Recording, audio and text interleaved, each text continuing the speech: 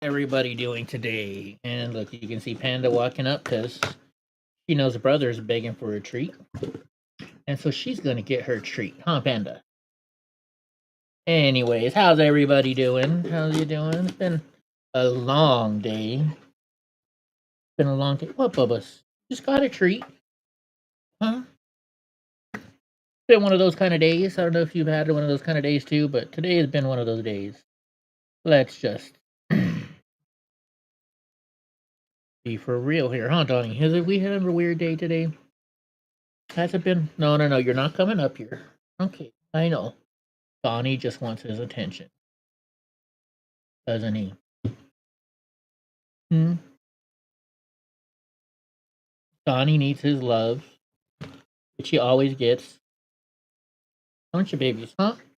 Donnie? What's going on? Look at him. He's just, there's something up with, he's been different today, all day today. We went, I think what happened is we went to the vet and there was a dog in heat over there, and he's been freaking out ever since, haven't you? Because he didn't get to go inside to the vet today. He had to stay in the truck because I just had to run in, pick up his pills, and go. Because we had a long day of going to Costco and we had to go to the UPS store, didn't we? Huh. Long day. Long day. Anyways, but I've been on the interwebs here, checking out what's been going on, and I've seen a lot of interesting stuff going on today that I heard a little bit about last night, but today seems like there's even more going on that we have to go and check out on. So we're gonna go through X like we always do. And oh wait, hold on. I gotta tell some people that I'm live. Here we go. Because Goofy for Jesus is like, Eddie, how come you don't tell us you're live anymore? And I was like, well, I feel like I'm bothering you guys. I don't want to, do that. She's like, no, that's the only way we know you're alive. So City Hall ICE protest. We might have to go check that out a little bit. So real quick. Why am I saying real quick? Let's get started. So this is what's kind of been going on today. We heard something about it last night. In fact, we talked about last night about Representative Nancy Mace wanting to censure Corey Mills for some backroom deals. So let's see what's going on. Let's see what she says here. Now, therefore, be it resolved that Representative Corey Mills be censured. Representative Corey Mills forthwith present himself in the well of the House of Representatives for the pronouncement of censure.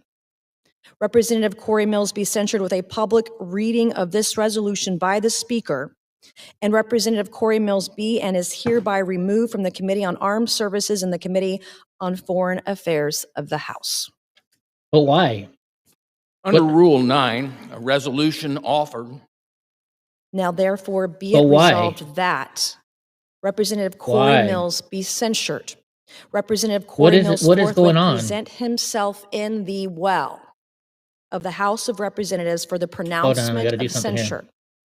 Representative Corey Mills be censured with a public reading of this resolution by the Speaker, and Representative Corey Mills be and is hereby. So what they're saying last night is that there was some crazy backdoor or backroom deals going on last night that had something to do with why they didn't censure what's that representative that was texting. We're gonna find out her name in a second. It's I can't think of her name right now, but we'll get to it, and it's all part of everything that's going on right now. So let's see if we can find out more information about it.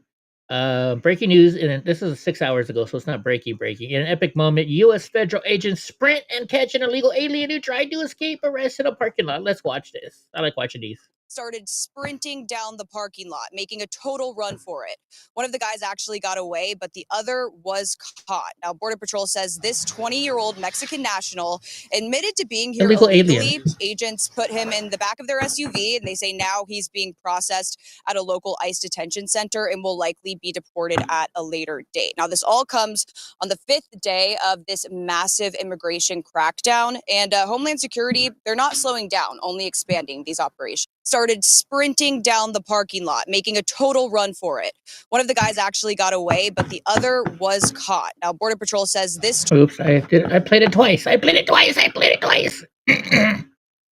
Okay, so another good reason why I'm moving. Another good reason why I'm moving to Oklahoma. Look at this. Oklahoma.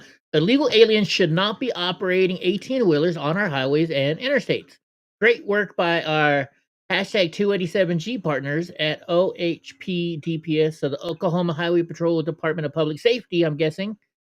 Yes, I'm right. For helping keep American roads safe for American families. Let me be clear. This is the Governor Kevin Stitt of Oklahoma.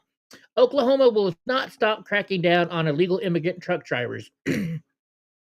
Oklahoma Highway Patrol Department of Public Safety with ICE.gov and 287G completed its third Operation Guardian. Across 3 operations, more than 200 semi-truck drivers have been apprehended. Enter into Oklahoma and abide by the law. Oh my goodness. I'm so happy I'm moving to Oklahoma. Graw is a great friend of mine who lives there, and I get to hang out with him. His roommates are awesome people, and I get to live near them. And maybe his girlfriend will be down there pretty soon too, and I get to be with him. Oklahoma is great. Hey, Goofy for Jesus! Mace back deals to not censuring Plaskett and Omar over something he did. Is that what it is, Goofy? Is that what it is? Okay, we got to find out more information on this. I don't watch Nancy Mace too much anymore because Nancy Mace is kind of, I don't know, she's been getting on my nerves for a little bit. How are you doing today, Goofy? It's gonna rain here tomorrow. All right, look at this. Breaking news. Unconfirmed reports suggest that Zohran Mamdani may be preparing a proposal that would require all New York elementary school students to learn Arabic numerals. Is that something that the mayor can do? Can the mayor force all schools? Is a mayor in charge of schools? Let's look it up. Let's do a little research, and we'll do some Grok research here because Grok has been helping me out a lot lately. So let's go here to Grok. Does a mayor of a city control? Does a mayor of a city control what students in schools in their city? Does the mayor of a city control what the students in the schools in their city learn? Let's type that in. No, a city mayor does not directly control what students learn in the schools in their city in the vast majority of cases in the United States. Vast majority, okay. And in most countries with similar systems. Here's how school curriculum control typically works in the United States. Public school, state government as the primary authority over education enshrined in state constitutions. State boards of education, state legislatures, and state departments of education are set.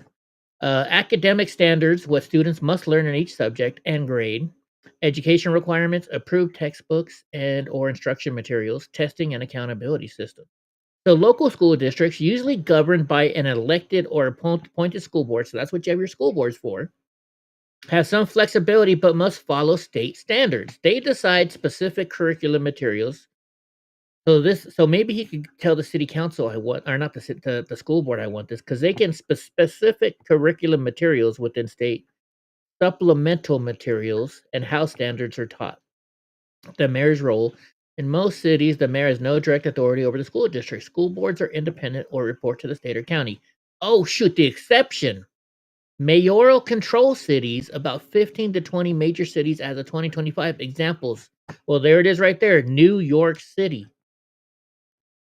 In these places, the mayor appoints the school board or superintendent, or in New York City, the chancellor, giving the mayor significant influence over curriculum, budgeting, and policy. So even here, the district must still follow state standards. Wow. Wow. Did you see that, Goof? So in New York, he does control, one of the only states that can control, or only cities that can control what students learn. Wow. Let me say it again. Wow. Okay, so breaking member of the Florida cabinet. So the Florida State Cabinet, right, just confirmed Florida is going to redraw the U.S. House map before the 2016 elections because Democrats cheat. Because Democrats cheat. Let's see what they're having to say. And this Florida's voice guy, he's pretty good. He when he comes to the plate, he brings in real news. So it's a good thing to check him out. Before we move on, I would say this about the maps and Gavin Newsom and what he's doing, trying to create these Latino districts. That was the discussion there, and how it should get stricken down according to Bill Esseley, the U.S. attorney there, and the talk of why they're doing it as opposed to why Texas and Florida is doing it. And sometimes I think, just the 30,000 foot view, if you don't mind for a second. Sometimes I think that when we look at Supreme Court precedent, when we look at doing things constitutionally, because we care about that kind of thing, as opposed to others who don't because they believe that ultimately that they could win, not just in the court. Goofy says if they have to learn Arabic, they should have to also teach Hebrew, Greek, and Aramaic. Isn't that how you say Aramaic? Am I saying it right? Aramaic? I think so. So if they have to learn Arabic, then they should also have to teach Hebrew, which is Jewish, right? Greek and Aramaic. Where is Aramaic? Aramaic.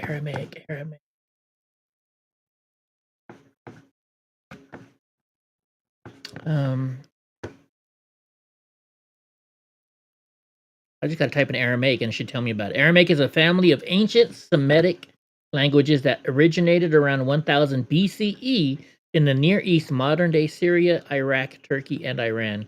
It's one of the oldest continuously attested languages in the world and played a huge role in history. Interesting, Goofy. Interesting. You taught me something new today. Thank you. My dad served in Turkey. I have photos of him in Turkey playing with the bear. They have a bear in a cage in Turkey on the base somehow. And my dad's there in his uniform touching the bear. Between my dad and my mom, they were both animal people. And I think that's why I'm such an animal person, because of my parents. I really do. All right, let's get this finished. Public opinion, but also in certain federal courts, get it gummed up in the courts, but still go ahead and get this out there and maybe try to push the envelope that it would be too late to change anything because, oh, look at that. It's 2026 and it's election time. You know what I mean? Like that's sometimes what I feel the left wants to do because they feel like they have these rogue judges and the like on their side. Well, I think you're 100% right on that, Drew. What happens is the Democrats do not, the liberals, I should say, not all Democrats are bad people. Yeah. The liberals want to win at all costs and to hell with the Constitution. And that's Pretty what much. you see Gavin Newsom doing out in California, right? To hell with the Constitution. I want to draw something. I'll gerrymander. When conservatives are in charge, we respect the Constitution. We want to do things constitutionally. Right. That is a big difference. What the Democrats know is if they can get by with it, let's say they only get by with it for 2 or 4 years. Okay, They well, still they'll got by with control it. the House and Congress and at the federal level for 2 or 4 years before the courts would step in and say, no, you did this unconstitutionally. Yep. They're willing to take. Okay, so I got to stop real quick because Goofy just said the New Testament is written both Greek and Aramaic. And so I've been, most of you know this, I've been to Goofy's house a couple times. Every time I'm in Texas, I have to stop and see my aunt in the Dallas area, and I have to go see Goofy where Goofy is. And Goofy has these sets of Bible, right? And she has, I'm really sorry, Goofy, I'm going to mess this up. But my memory is bad. But Goofy has this one huge Bible, and she reads it every day, and it's just an old school Bible. What's the name of your Bible again, Goofy? But Goofy has an awesome collection of Bibles, and yeah. That risk for that win. And conservatives, we have not been willing to do that because we do respect the Constitution. And it is unfortunately, we live in a time where you have every liberal state trying to figure out how can they redraw their state districts. And by the way, there's 40% of the voters, I believe they said, I saw a statistic the other day in California was Republicans, but only like 20% of the congressional seats are to Republicans. So they've already gerrymandered it. What they're talking about doing now is going way beyond gerrymandering, taking it to a new level. Donnie says hi, everybody. Oh, look at that face. Who could say anything bad about that face? Look at the Donnies. Oh, look at Panda back there laying on her bed. See, Panda? That's her bed on the floor. She also takes the bed behind her. And Panda, I love my dogs, but Panda is different, just different. She will lay on the bed at my feet. And if, I'm a mover and a shaker and a groover. And, I'm older now. I got to go to the bathroom in the middle of the night sometimes. If I want to go to the bathroom in the middle of the night, you're like, Panda, move. She's like, nope, I'm on the bed. You're not getting me off the bed. And then I'm like, Panda, move. You start pushing her with your feet because she's laying on top of my feet too. And she just won't move. She's like, nope, Dad, this is my bed. And you're not going to push me off my bed. It's just, you got to love my animals. I got the greatest puppies. But then again, every puppy is a great puppy, right? Before So we already watched it all. Okay. I am really starting to like Tim Burchett more and more every day. I am starting to think, I know he doesn't have the cojones to do it or probably the backing to do it, but I think Tim Burchett would probably make a good president. I'm not going to lie. You can be mad at me all you want, but I wouldn't be mad if he became a president. All right, Tim Burchett is the treasurer. I wish Congress was filled with people like him. Everyone loves him because he's a real person who's really in despair and angry over how broken our government is. And Tim Burchett, I think, is somebody who can push both sides to do, bring both sides together. Like here, this is that Jamia Prima. I don't like this lady at all. I haven't watched this video, so I'm hoping I didn't just praise the guy and now he's working with this idiot and doing bad things. But let's see. Thank you, Proud Paul. Thank you, Seth. Thank you, Brian. Somebody asked me if I was going to wear my jacket up there, and I said, to quote the immortal words of Henry Winkler when he played the Fonz, I always rumble in this jacket, because that's what we're up against. This is a fist fight, folks. Now, first, I guess I need to thank Chairman Stiles and the committee, the House Administration Committee, for taking this up, because I realize what we're up against. This is, everybody talks about this place being a dadgum swamp. It's not a swamp. Gavin Newsom says it's going to change. Cool God created. It filters water, animal life lives and flourishes around it. This is a sewer. This is created by man, and it needs to stop. One. That one, Goofy. So Goofy has the book called The Concordance, and it's like a dictionary for Bible scriptures with references to words' original language in the back. You know what, Goofy? You and I should get together. And I've been wanting to read a chapter of the Bible a day on a series.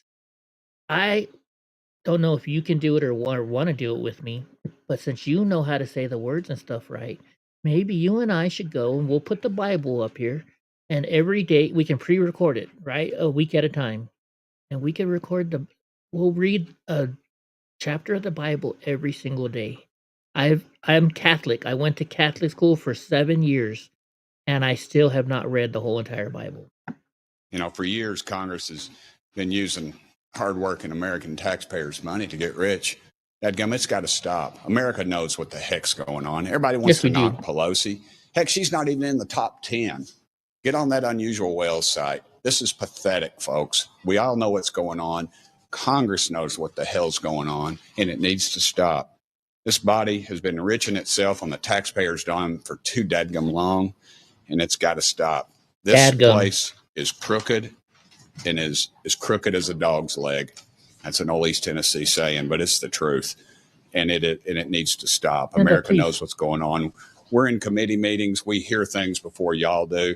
We can make those connections. Stop. When you see a member of this body making 400, 500, 600 trades a year, you know something's wrong. Everybody ought to do like I do. I got my buddy Tommy Siler who invested in my mutual fund. I ended up having to cash it out because my daughter's going to school. I'm not a wealthy man. But look, this thing is broken and it needs to be fixed. And this is the right avenue to do it. And I want to say something. I'm going to get these guys mad at me, but I really don't care because they can't vote in my district. This thing ain't going to pass. If we're going to pass something in the House And then guess what? The Senate will either one, not take it up, or they'll come back in righteous indignation and say, oh, we need to make this stronger. Something totally ridiculous, and they'll send it back to us. This is a scam that's being played on the American public. It is. And it needs to stop. Let's quit with this nonsense. Let's give America a reason to trust Congress for once in our miserable lives. This is our chance to stand up and say, Amen. We hear what you're saying, America. We're going to fix this dadgum problem. But we probably won't do it. And I'll remain ticked off the rest of the day because of this. And it needs to stop. I want to thank all these folks, really. I joke around about it. You want to talk about something that, we all work in. And see, so this is what I mean here, folks. He can bring together Democrats. He's got Democrats behind him. He can bring us together and work together on something that's good for the country. This is something that's good for the country. This is not a Republican or a Democrat thing right here. This is American thing. Let's stop the politicians from ruining our country, making decisions that make them more money. And God bless Tim Burchett. And this lady right here, Pramila Jayapal, whatever her name is, this woman is an awful Democrat, right? But if she wants to help make and get Congress so they can't trade on stocks anymore, I'm totally for it. But you know what? Here's the problem. Even if they do pass a law, well, then you know what they're going to do? Their nephew's going to be trading stocks. Their maid is going to be trading stocks. Their dadgum aunt is going to be trading stocks, right? There's no way around it. They're still going to do it. But this may slow them down just a little bit. Just a little bit. Together. Dadgummit, this is the issue. And new drinking game. Every time he says dadgum, we got to go and have a drink. And I don't drink anymore, so. The issue where Democrats and Republicans. Dadgummit, if I can stand up here with these two. Yeah, these two. I mean, people back in East Tennessee are going, what in the heck's Burchett doing sitting next to Priapal, for goodness sakes? Right? Well, Priapal. I'm not going to beat her district, and she sure as heck ain't going to come down to East Tennessee and beat me. But this is an issue that America's united on. We ought to get behind this thing. You all in the press, it would make a hell of a lot of sense if y'all would put the pressure on Congress and make us do the right thing for once in our miserable lives. Thank y'all. Amen. Sorry I'm so jacked up. Amen. And I gotta type this in here. New drinking game. Every time he says dadgum. Gosh darn it. It's not even spelling it. Dadgum. You gotta take a drink. You have to drink. There we go. Wham bam. Thank you, man. Reply. Okay. Did I fix it? Yes, I did. I'm sad. Nobody comes and watches my show anymore. It's just Goofy and gosh darn Gavin. And Hope watches it, but she watches it on YouTube. All right, anyways, another one. Tim Burchett just exposed that Elon Musk was run out of DC because of how aggressively he was nuking NGO dark money. He was getting too close, and that's why both parties shunned him. Goofy says Burchett is like my other favorite Senator Kennedy from Louisiana. He was quick-wit and funny with those one-liners. Yeah, have you ever seen him? There's some guy that stands out of Congress every single day and harasses him. And he's like, "Do you kiss your mom with that mouth or what did your mom make you for lunch today? A ham sandwich?" Just messing with them. It should be punished. We should get to the bottom of everything. We should find out where the money went. We should find out where the money went when they were down there in that island. Not just the Epstein Island, Haiti. But too many people got rich off this. Look, Benny, here's how it works. It's just the NGOs, and let's talk about them non-government organizations which are government. Just my bill to defund the Taliban. 1,000 NGOs plus you add the UN, probably 3,000 NGOs. The money flows, and Elon Musk had it right. And that's why I think both parties shunned themselves from him, because he said, "Hey, those NGOs, the money flows right back to Washington." And he told me, he said, "I think it flows in the pockets of politicians." I mean, you had the ranking member of the committee I serve on that went through the bill to defund the Taliban, which, still waiting in the Senate for them to pass it. All kinds of confusion over there. They're fighting over the NGOs. The money, he told me the money flows right from your pockets to the dadgum NGOs. The NGOs, the money comes right back to Washington in the form of dark money and in the pockets of politicians. That's why you're seeing Republicans go squishy on NGOs, because they're shady as hell.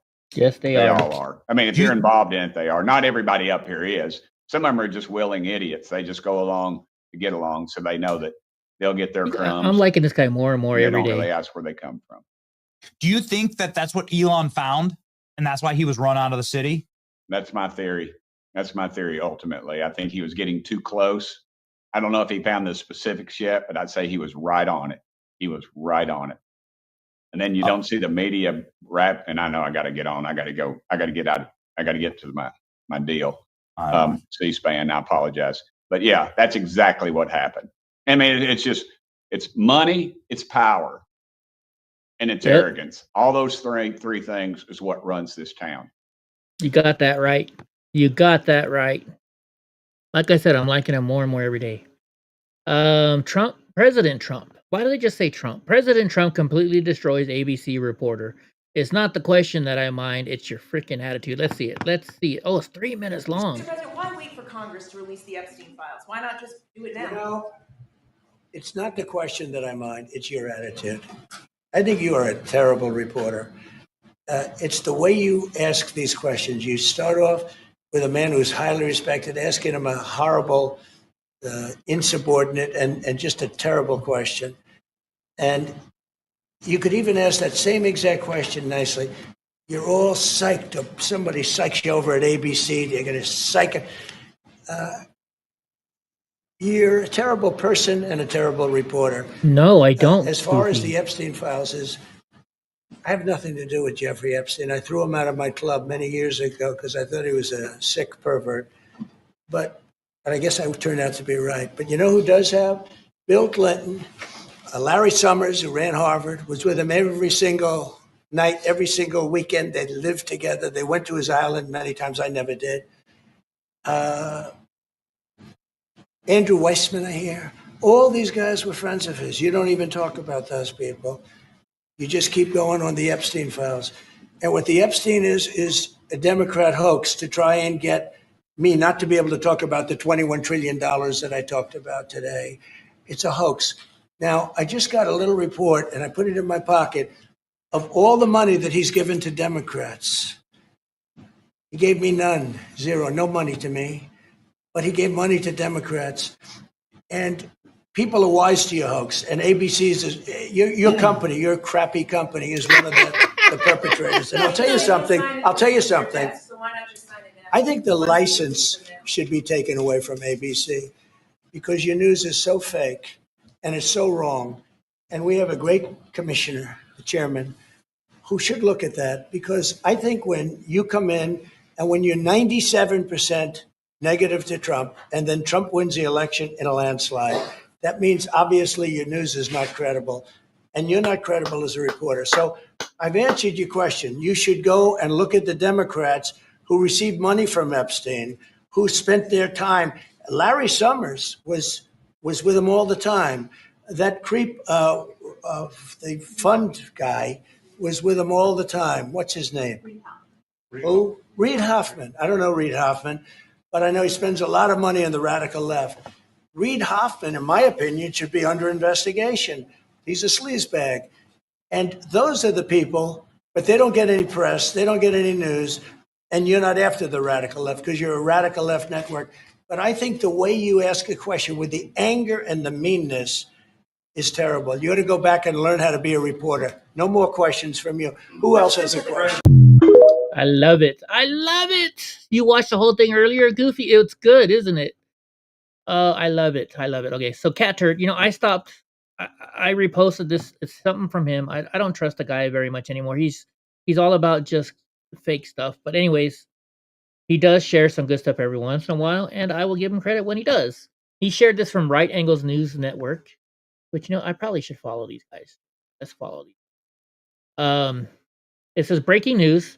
Newly released campaign finance records show that from 1990 to 2018, Jeffrey Epstein directed about 89% of his political donations to democratic and progressive causes, with notable individual recipients including Hillary Clinton, Bill Clinton, and good old Chuck Schumer. Good old Chucky Schumer. And I think that's what President Trump was talking about in the last clip.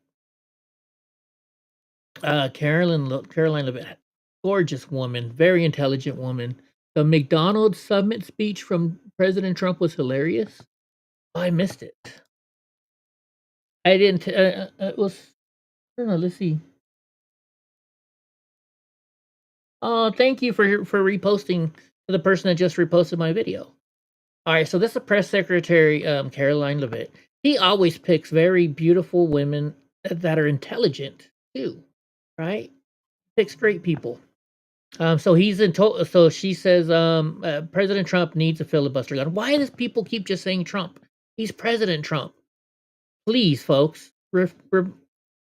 He is the president of the United States. He deserves the title President Trump.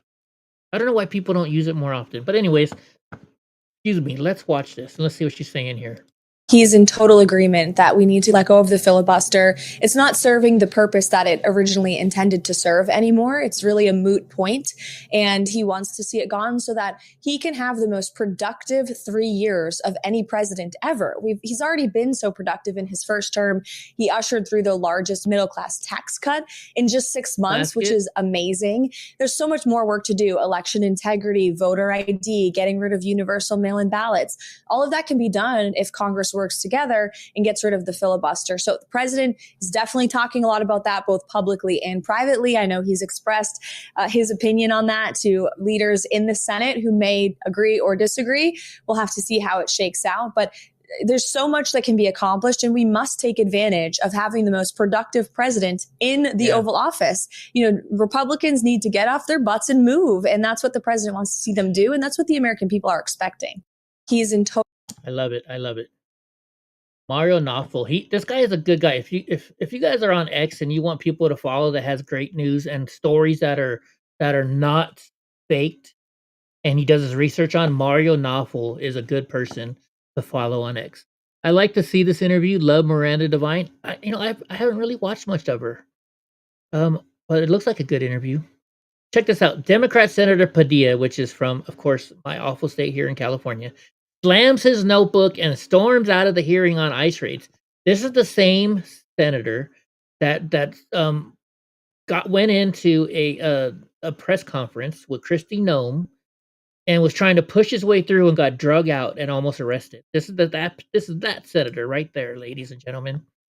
So let's see the video. I just want to see the dang video. Let's watch it. Let's find it and then we'll zoom in. Okay, so this should be it. A peace plan for Gaza, after a commercial. Ceasefire in place, but Hamas keeps choosing terror, and on a rampage, mass heartburn. What is it trying to tell you? Wow, heartburn is a great thing because it tells you you're eating the wrong thing. So, Mr. Chairman, it's clear to me that this hearing will not be a serious or constructive conversation.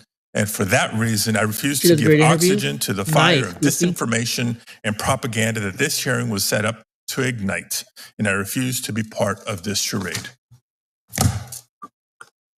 Well, Senator Padilla, I think you say we're not discussing a lot of those items, but I think you just raised a lot of interesting questions that I'd be happy to discuss and ask questions of the witnesses and get their views. This is not necessarily the only hearing we're going to be having on this topic.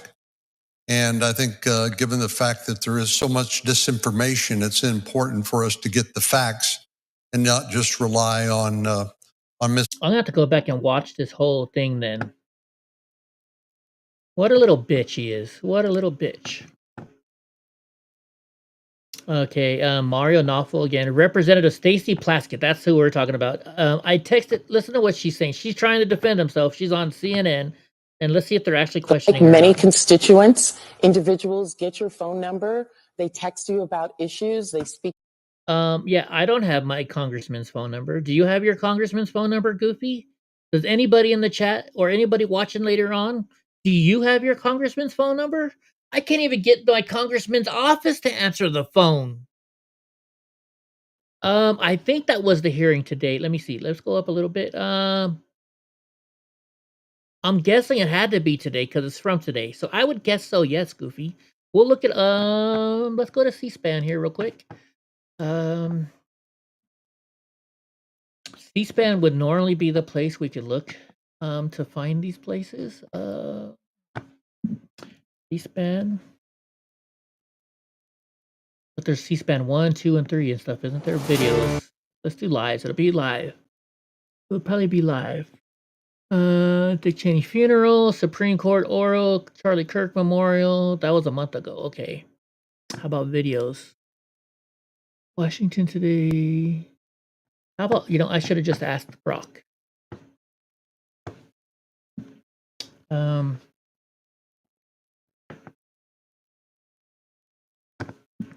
When did Alex Padilla storm out of a hearing about ICE in the Senate?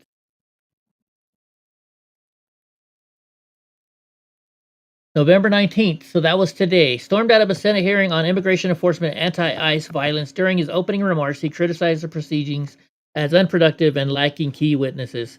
So this was today, Goofy. If I find it, I'll text the link to our text group.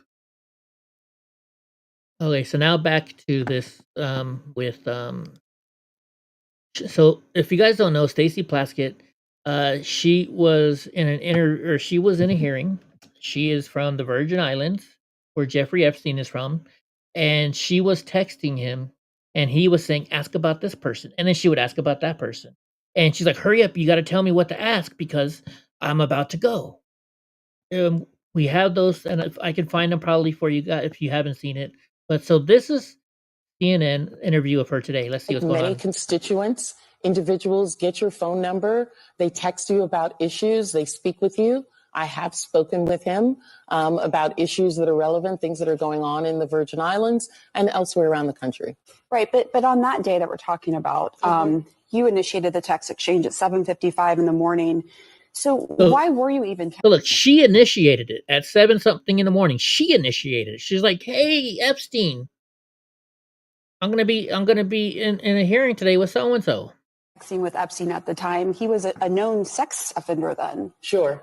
I explain to people I've been a prosecutor for many years, and there are a lot of people who have information that are not your friends that you use to get information to get at the truth.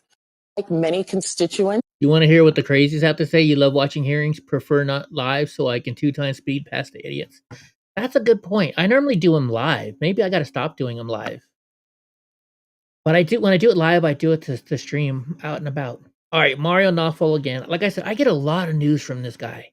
Very good person to follow on X. Newsom's racist redistricting, a court battle's brewing to nuke the map. So let's see what's going on here. This is Fox News. Who is this person? Bill Esali, the Assistant U.S. Attorney General. Or U.S. Attorney. Let's see. Evidence of that, and I'm not sure what the court based that on. Our lawsuit in California says just that. California used race. They wanted to draw Latino districts, and they said that. This isn't a theory or something. The legislators said that when they're passing this map, that they wanted an additional Latino district. So if that is enough to strike down the Texas map, then this one should get stricken down as well. Although the Texas maps, we do believe are lawful and constitutional, and we do think that's going to make its way quickly up to the Supreme Court. Well, that would mean that the California redistricting would probably be legal too. No, because we actually have evidence that the legislators improperly used race to draw the maps. They said it, and they've said it on record.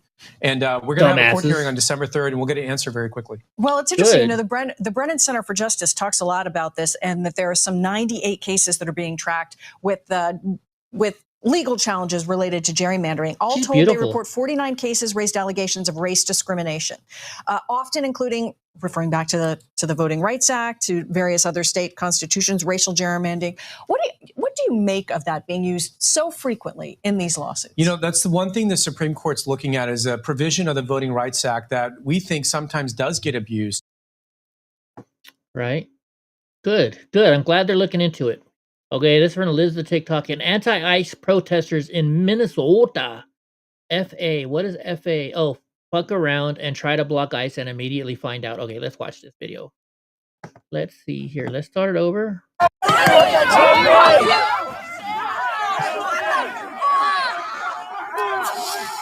Oh, he pepper sprayed him. Oh, he pepper sprayed him. Or maced him, whatever that is. Right in the face.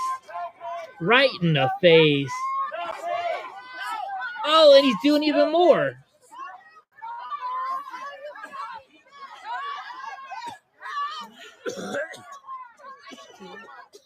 What's up with the bright orange shoes? Dude, he didn't just spray him. He sprayed him in the face. See, this is why I would never bring Donnie to an event like this. These people are bringing their dog. Why? You know that there's going to be, if anywhere, any kind of protesting goes on, that there's going to be mace involved more than likely. Why bring your dog? Why bring your dog? Like, I was going to go to Portland to the ice facility, but I wasn't going to go anywhere near the ice facility with Donnie. I was going to only go to where Tommy was hanging out because I didn't want Donnie to get near any of the mace and tear gas. I might have even asked a friend who I know lives up there to take care of Donnie for me. Hey, real quick, do you notice that all the people wearing masks are having to deal with the mace and the pepper spray? I thought masks work. Goofy says Texas followed their state constitution. I believe. It'd be nice to see the court, those court documents. Yeah. I'm sure we can find them somewhere, Goofy. We can find the court documents for sure. All right, Greg Abbott is, this is Goofy's governor, by the way. Goofy, how far are you from that epic city? Are you anywhere near it? But they're talking about the epic city, and let's see what he's going to say here. And that's exactly right. And it gets even sorry, and maybe worse because whether they're called HOA fees or whatever, there are fees that are required to be paid. It goes to the mosque, and according to the information we have, part of that goes back to officials or leaders, if you would, back in other countries, higher up. Okay, so what I think he's saying right now is, if you want to live in this epic city, what's up, Sneaky Pete? How's it going, my friend? If you want to live in this epic city in Texas, right? It's an all Muslim city. You have to pay homeowners association fees, which, you know, a lot of us, not me, live in an area where you have homeowners association dues, right? You know, you gotta paint your house a certain color. You gotta mow your lawn every week. You know, they're good and they're bad. But your fees normally go to keeping, like, normally if you have an HOH and you got to pay fees, it normally goes to paying for the pool area for the neighborhood, the playground for the kids, right? For renting a place to run the board, paying for paper for the board, paying for supplies for the board, right? Not this place. Well, this place, yeah, but it's also gonna go to frickin' to the mosque and to higher ups in other countries. What the heck is that about? Goofy has a governor, and you do too. Yeah, you guys are lucky. I have a shitty governor. I'm jealous. Imams. And so this is something and this is one reason why there's a lawsuit for fraud and other things. And that's because it was not clear at all in the paperwork about how this money was going to be used and how it's going to be required to go back to the mosque and to the mosque leaders, whether they be in the United States or some other country. And so they tried to hide the ball of what they were trying to impose, and only investigations They're trying to hide the ball. The structure. Hey, you want to play hide the ball?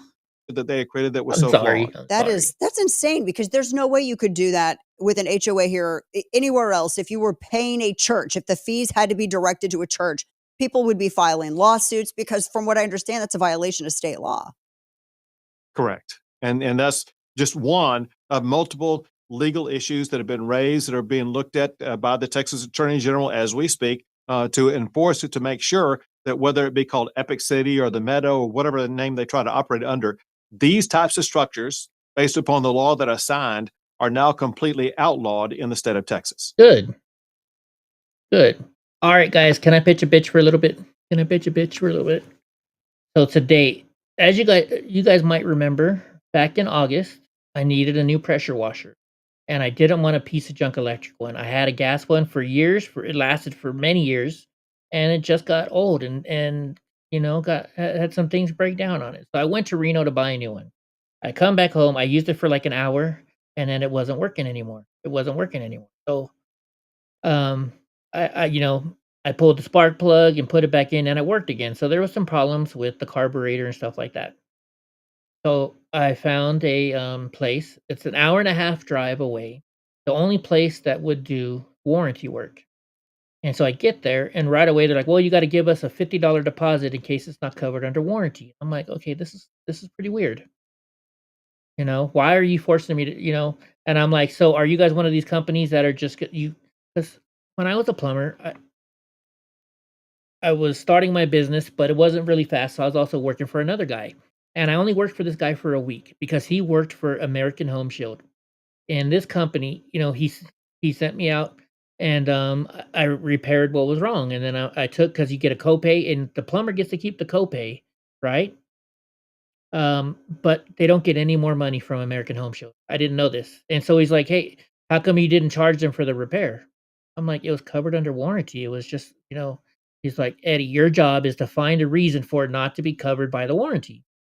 I'm like, "What are you talking about, bro? That's what warranties are for." He's like, "No, Eddie, as a plumber, we go out there and we only make the $50 copay. That doesn't cover anything for us. So unless you can prove that it's not warranted, it's not under warranty, then we have to pay to fix it." So if they needed a new garbage disposal, then the insurance company doesn't pay for it. The plumber that goes out there has to pay for it. And that's their tactics. So that way they push the plumbers, or in this case, the motor repair guy, to say, "Oh yeah, it's not covered under warranty." So they had it for 3 months. They called me and said, "Well, the gas is bad. It's not working because the gas is bad." I'm like, "Did you even test it?" I said, "I brought it to you 3 months ago. When I bought the thing, I put brand spanking new Costco gas in there, so I know the gas wasn't bad. It was just their way of doing it." So I drove the hour and a half there, and he's like, and the lady's like, "Well, he wants to pick it up," and they're like, "Well, we didn't fix it yet. We need to give him a quote so we can fix it." I said, "I don't want a quote from you guys." And he's like, "What do you mean?" I'm like, "What? Are you going to take a year to fix it? You've had it 3 months already." And the guy was like, he's like, "It hasn't been that long." I'm like, "Yes, it has." And so then he's like, "Well, I'm like, "No, sir." I'm like, "Look, I drove all the way to Reno to pick this up, bought it brand new, put brand new gas in it. It stops working after an hour, and you're trying to tell me that I had bad gas in there. How is it bad gas if I just bought it?" And he's like, "Well, cuz I can clean the carburetor, it'll work just fine." I said, "You know what, sir, that's fine, whatever. I don't want it. I just want my pressure washer back." And he's like, "You don't need to give us an attitude and get all aggressive with us, sir." I'm like, I didn't even raise my voice, bro. I'm just telling you." So it was one of those days today. Can you believe that? What a bunch of jerks. So yeah, it's just been a crazy day today. Nothing went right today at all. All right, I'm done. There was something else. The second thing. That's why. That's exactly right. So I have a very special insurance, and I understand it's tough to deal with, right? You got to file the right paperwork and blah blah blah. So I have to have brain surgery, more than likely, but like a 90% chance. So the doctor needed proof that I could get the MRI. So I called him after about a month, and they're like, "Well, we haven't heard from your insurance yet." And I'm like, "Okay." So I called my insurance. I emailed my guy, and I'm like, "Here's their fax number. Can you fax them the paperwork and stuff?" He's like, "Yeah, sure, no problem." So I called him up today, and they're like, "Sir, we never got the fax." And I was like, "Ma'am, I have an email from him right now that says he sent the fax, and he's got a confirmation number." And they're like, "Well, we didn't get it." And I'm like, "Okay, how about this, ma'am? He works great with email. Can I get your email address so I can give it to him, so that way he can email you and show you what you have to do to get this pre-approved?" And she's like, "We don't give out our emails." And I'm like, "Okay, so what do you want me to do, ma'am? I'm trying to help you here." And finally, I'm like, "Do I just need to find another doctor because you don't want to work with my insurance?" And she's like, look, just give him the fax number again and fax it. So I did. He emailed me back right away and said, hey, look, okay, I faxed it a second time. Here's the confirmation number. So I called them. I gave them about 3 hours, and I called. Well, I was waiting for them to call me first. I called them, and now this lady's not in the office. It's only 2:00 in the afternoon, but she's off for the day. And I said, okay. I said, well, I just want to make sure you guys got the fax. And she's like, we didn't get the fax. I'm like, he told me there is confirmed. Do you not have the fax in the office or something? She's like, no, we have it in the office. I said, so how can you not have it if it was confirmed that it was delivered? Well, it takes hours for us to get it. It's just, they don't want to, I need surgery and they don't want to deal with it because they don't like my insurance. So now I got to go back to my main doctor to have them give me another one. So Goofy says, I used to have both. I have First American now. Sneaky says, we have Home Shield, and both times we've needed the guys that come out first. They want to tell us what's not covered. I'm like, dude, I don't give a fuck. Just fix it. Right, Sneaky Pete? But that's what the insurance companies do. They tell them, okay, if it's got to be replaced, then it's on you, the plumber, to pay for it.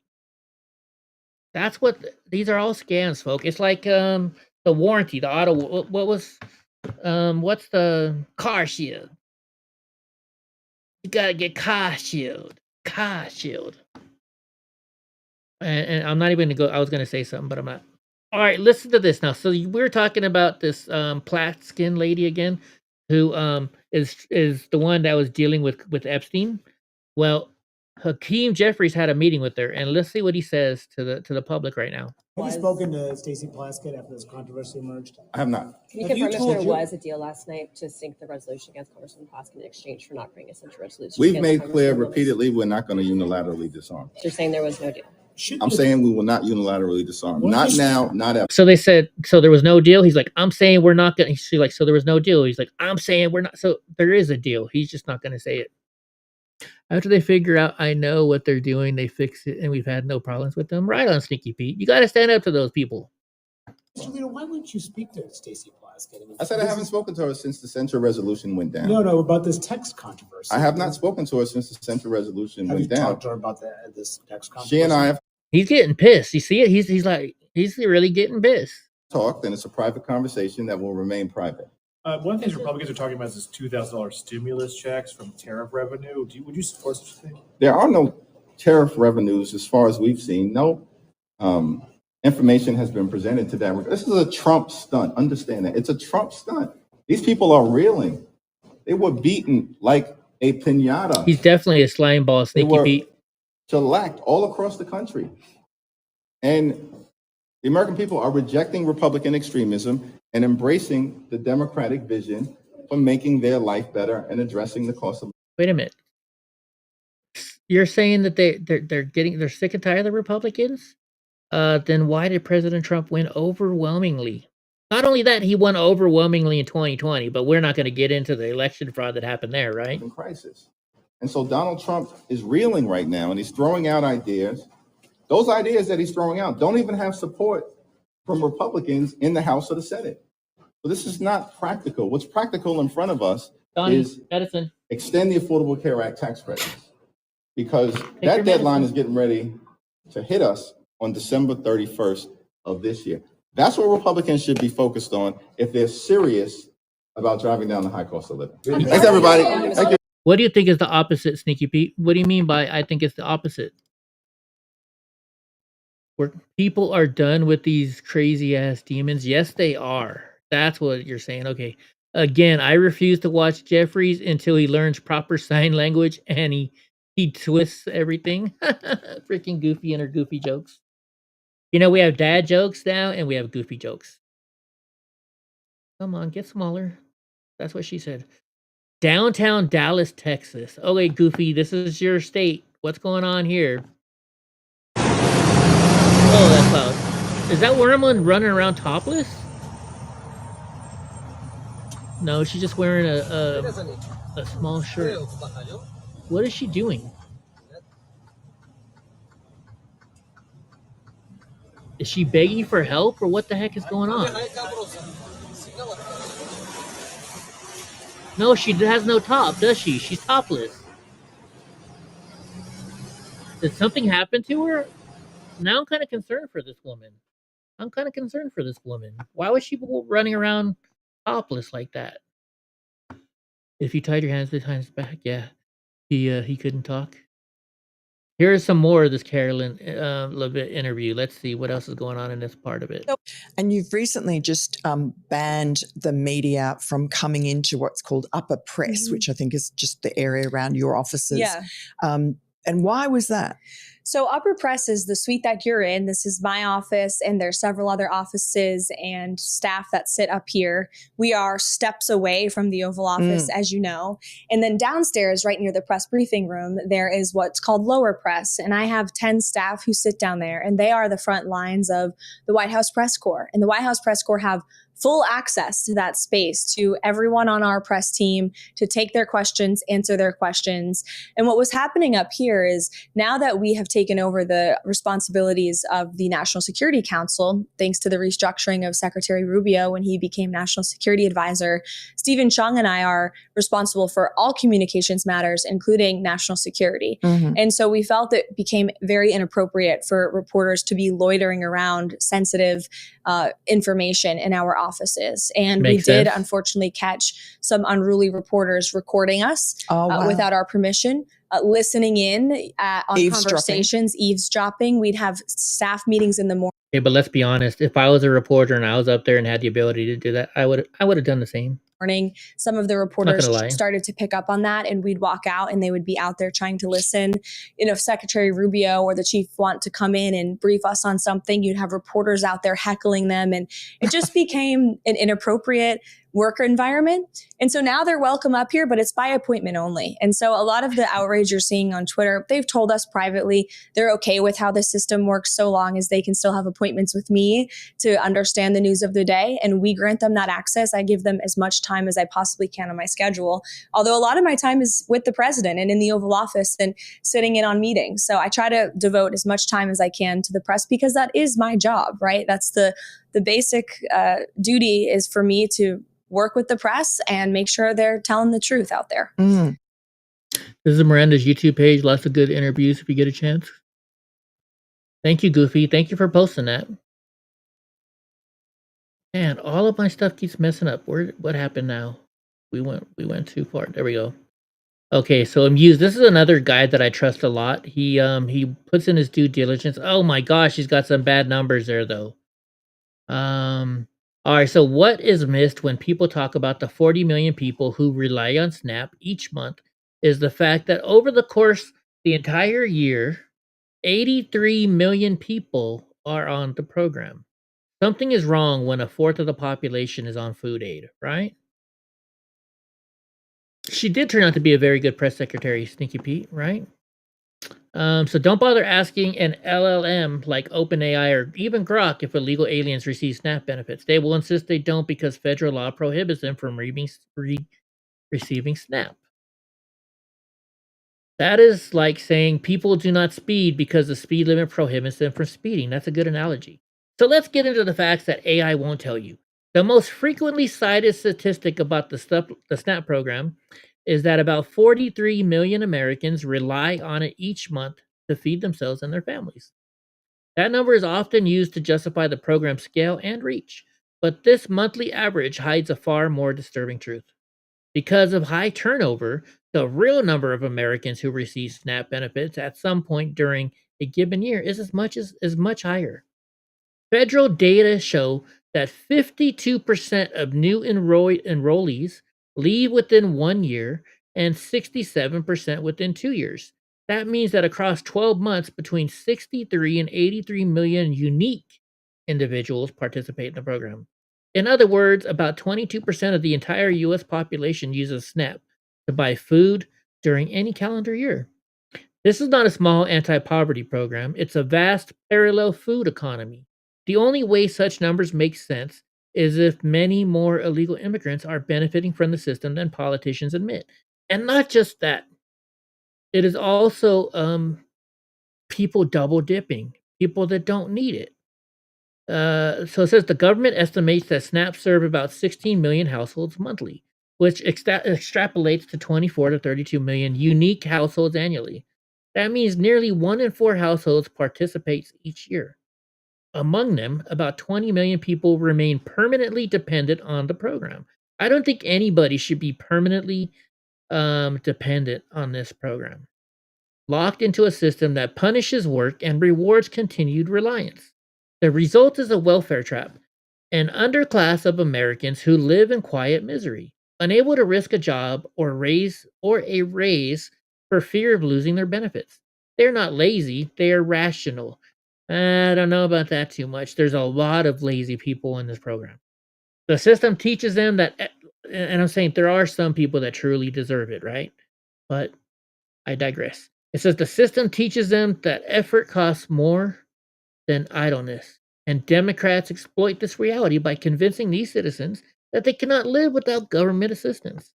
In exchange for votes, they promise endless benefits, cementing a cycle of dependency that keeps people poor and keeps the Democrats in power, right? Look at all the stuff they're showing on here. SNAP EBT eligible. Coca-Cola. I thought we got rid of sodas on SNAP.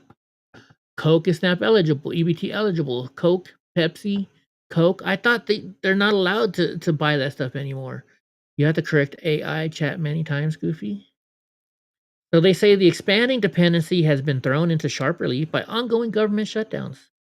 SNAP benefits are set to be suspended on November 1st if the shutdown persists. And states like California, Illinois, Maine, Massachusetts, Minnesota, and Washington have each announced that their food programs for illegal immigrants, aliens as we like to call them here, will be suspended at the same time.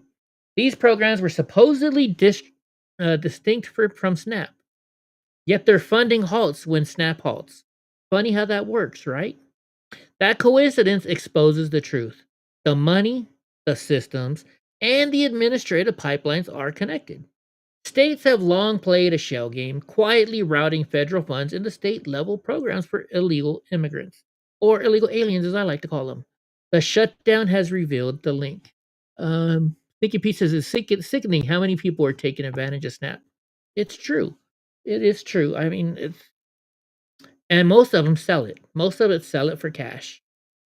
I know people that are very wealthy that get lots of SNAP benefits. Really, how do you do that? How do you work yourself around it? Are they not doing their IRS taxes, or what the heck is something, Goofy says elderly and disabled folks can be permanently dependent but still verify income for eligibility. What's up, Mike Jones? Mike Jones in the house. Okay, so the implications are enormous. If SNAP were wait, did I read that? Yeah, if SNAP were truly separate from these state programs, the shutdown would inconvenience them, not paralyze them. Their paralysis proves a shared infrastructure, shared databases, shared eligibility systems, and most troubling, shared funding streams. This confirms what conservatives had long argued, that state officials are using federal welfare mechanisms to subsidize benefits for illegal immigrants. It's not a clean firewall between programs. It is a revolving door. To understand how this is possible, one must look at how SNAP defines a household. The program calculates benefits not for individuals, but for everyone who purchases and prepares food together. That definition means that a single eligible person can declare multiple co-residents as part of their household, even if those co-residents are illegal aliens. So you apply for SNAP benefits and you get approved. So now you say, well, my illegal alien sister, my illegal alien brother-in-law, my illegal alien mom, my illegal alien dad are living here too. So when you get approved, it's for a household, and you say, well, I got 5 people living in my house. So that's how they're getting it, right? Let's see, where was I? Federal law prohibits states from demanding social security numbers from ineligible members as a condition of another member's application, which is bullshit. Nor may they verify immigration status except for those claiming direct eligibility. As long as the primary applicant qualifies, benefits can be increased for every claimed household member. There's no statutory limit on how many people can be listed. Enforcement of fraud penalties is weak, and verification checks are rare, especially in blue states that pride themselves on inclusive welfare policy. This is just awful. Mike Jones, let's see. Nikki says the people I know had a fake marriage ceremony, but really never got married, so they take advantage of SNAP when they're really loaded. Interesting. And which is worse, U.S. citizens gaming the system to actually feed their families, or Nancy Pelosi beating Wall Street by 17,000%? Right? I have some people that used to be in my life, and they never got married. The reason why they didn't get married, they have 5 kids together, they never got married because the wife, well, girlfriend, I should say, because they never got married, gets SNAP benefits, gets welfare benefits, gets all these benefits for being a single mother, while the dad works and makes $100,000 a year and lives in the house with the mom, who I believe was also getting Section 8. That's what. There's always ways around it. Needless to say, they're not your friends anymore. Well, you don't have. Yeah, that's a good thing, I guess. I'm not friends with those people either anymore because they're no longer part of my family. Where was I? In Republican-controlled states, caseworkers often verify claims and investigate suspicious households. In Democrat states like California, by contrast, oversight is practically non-existent. Administrators are discouraged from probing too deeply into the composition of households for fear of being accused of discrimination or creating a chilling effect on mixed status families. This honor system, I mean, how can you call it an honor system? They illegally came into this country. They already broke our laws. So how can you think that they're going to be onerous, right? Is that the right word, onerous? Now what Sneaky says, people gaming just to game is one thing, but a citizen gets told they make too much while an illegal gets more than we do. Yeah, exactly. The illegal aliens are getting a lot more than us Americans who deserve it. So it says this honor system combined with a debit card distribution model invites abuse. When an ineligible adult lives in a household receiving SNAP, the groceries purchased feed everyone, including those barred by law from receiving federal benefits. Someone posted some lady had $25,000 on her EBT. How do you get $25,000 on your EBT account? Just sickening. Just sickening, right? The shutdown is revealing more than administrative weakness. It is exposing the moral failure of a system that confuses compassionate with dependency. Politicians on the left defend SNAP as an essential lifeline for the poor, which it is when used properly. That much is true. But it has also become a magnet for fraud and a mechanism of quiet population support for illegal immigrants. Why don't you say aliens? SNAP structure ensures that benefits flow to households, not individuals, making enforcement almost impossible without political will. Even those who want to leave the program find it punishes self-improvement because SNAP reduces benefits by roughly 30 cents for every dollar earned. So how is that wrong, though? They reduce your benefits. I think if you get $1,000 in benefits, and if you get a job making $1,000, so they take off $300. You're still getting $700 in benefits, plus the full amount of money you're getting. What's wrong with that? Sneaky pieces. The question is: are you mad because they figured out how to game the system, or the system is easy to be gamed? I'm mad at both. I really am. Because I knew how to garner the system back then. I didn't. I could have been on disability my whole entire life. I'm not. I didn't. Not until the doctors refused to let me work anymore. So I think I'm upset with both of them. So the effective marginal rate for a low-income worker can exceed 40 or even 50%. Work harder, earn less, is what they're saying. The result is predictable. Millions of Americans, perhaps 20 million, stay in the system permanently, conditioned to believe the only way to increase their income is not by working harder, but by having another child or inviting another friend to join their household, which raises the benefit level. The welfare structure quietly trains dependency as a survival strategy rather than rewarding independence. So it's that for sure, but it's also the people, right? Think about life in the 50s. Think about life in the 50s, folks. People were embarrassed if they had to get on unemployment. People were embarrassed if they had to get help from the government. Do you remember those days? Not everybody. Of course, there's always the people that want to get everything for free. There's always have been people like that, and there always will be people like that. But it was a whole different animal in the 50s. You were embarrassed to say you're on Social Security or disability or unemployment or on welfare. Now people, they make TikTok videos about, look at all the money I get from being on welfare. It's disgusting. Have you and me both. My pride wouldn't ever let me do something like that. Hell, it was embarrassing in the 80s even. The sneaky. It's true. You know?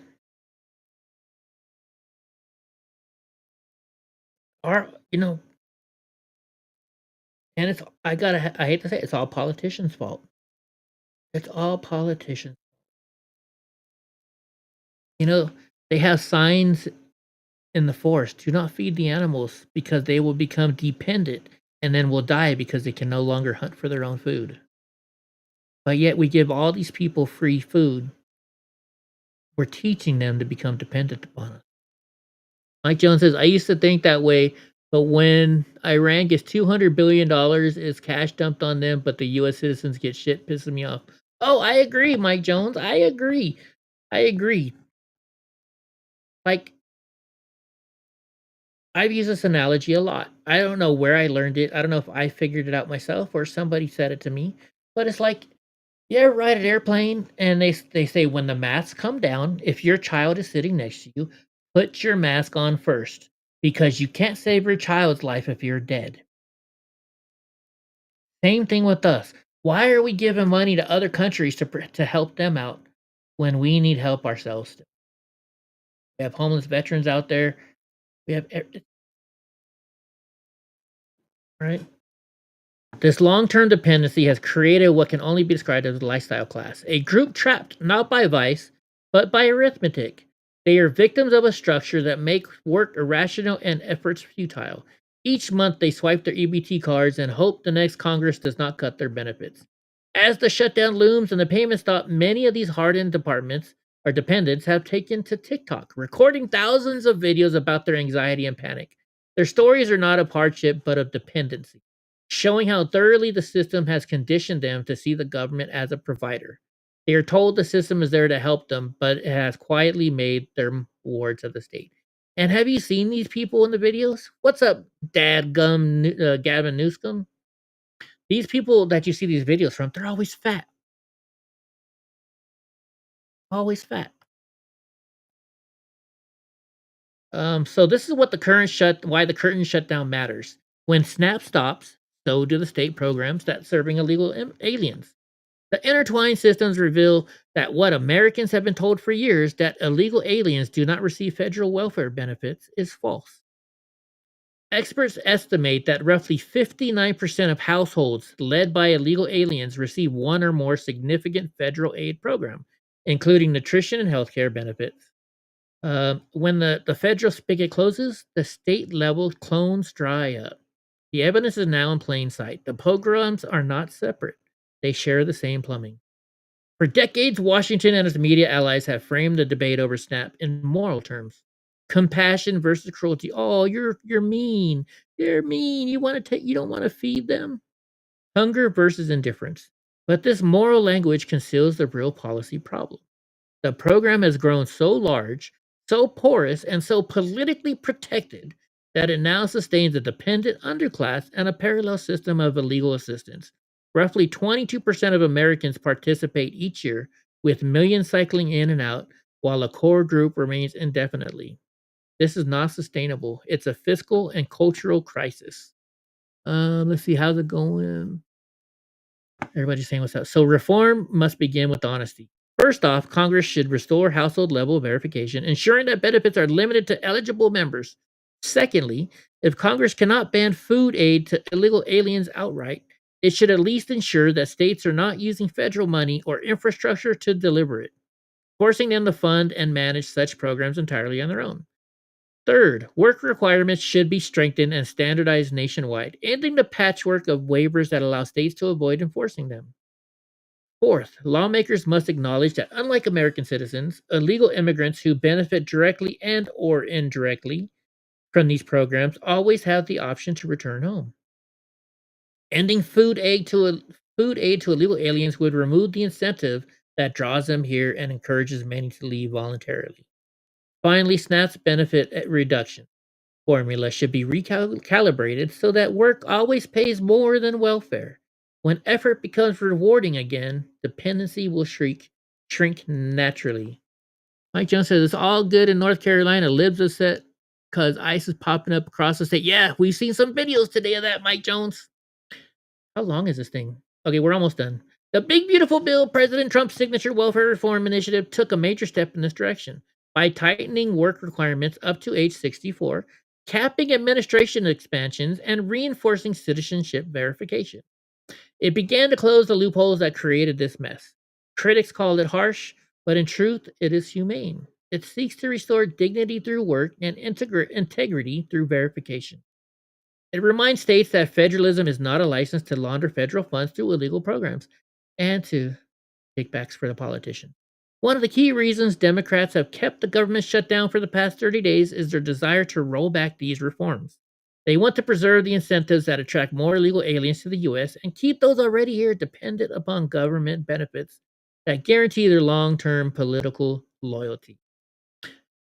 Gotta run. If you're still in about 30 minutes, I'll be back. Right on, Mike Jones. Have a great night if we're not here. The deeper lesson is this. The deeper lesson of the shutdown is about accountability. The welfare state designed to alleviate poverty now perpetuates it by creating financial incentives to remain idle and by blurring the line between citizen and non-citizen recipients. It corrodes both work ethic and civic trust. SNAP's official statistics tell a story of 43 million people helped each month. The real story is that 63 to 83 million Americans rely on it yearly, with 20 million effectively trapped for life. That is not social progress. It is moral regression. And the Democrats are keeping them slaves by that.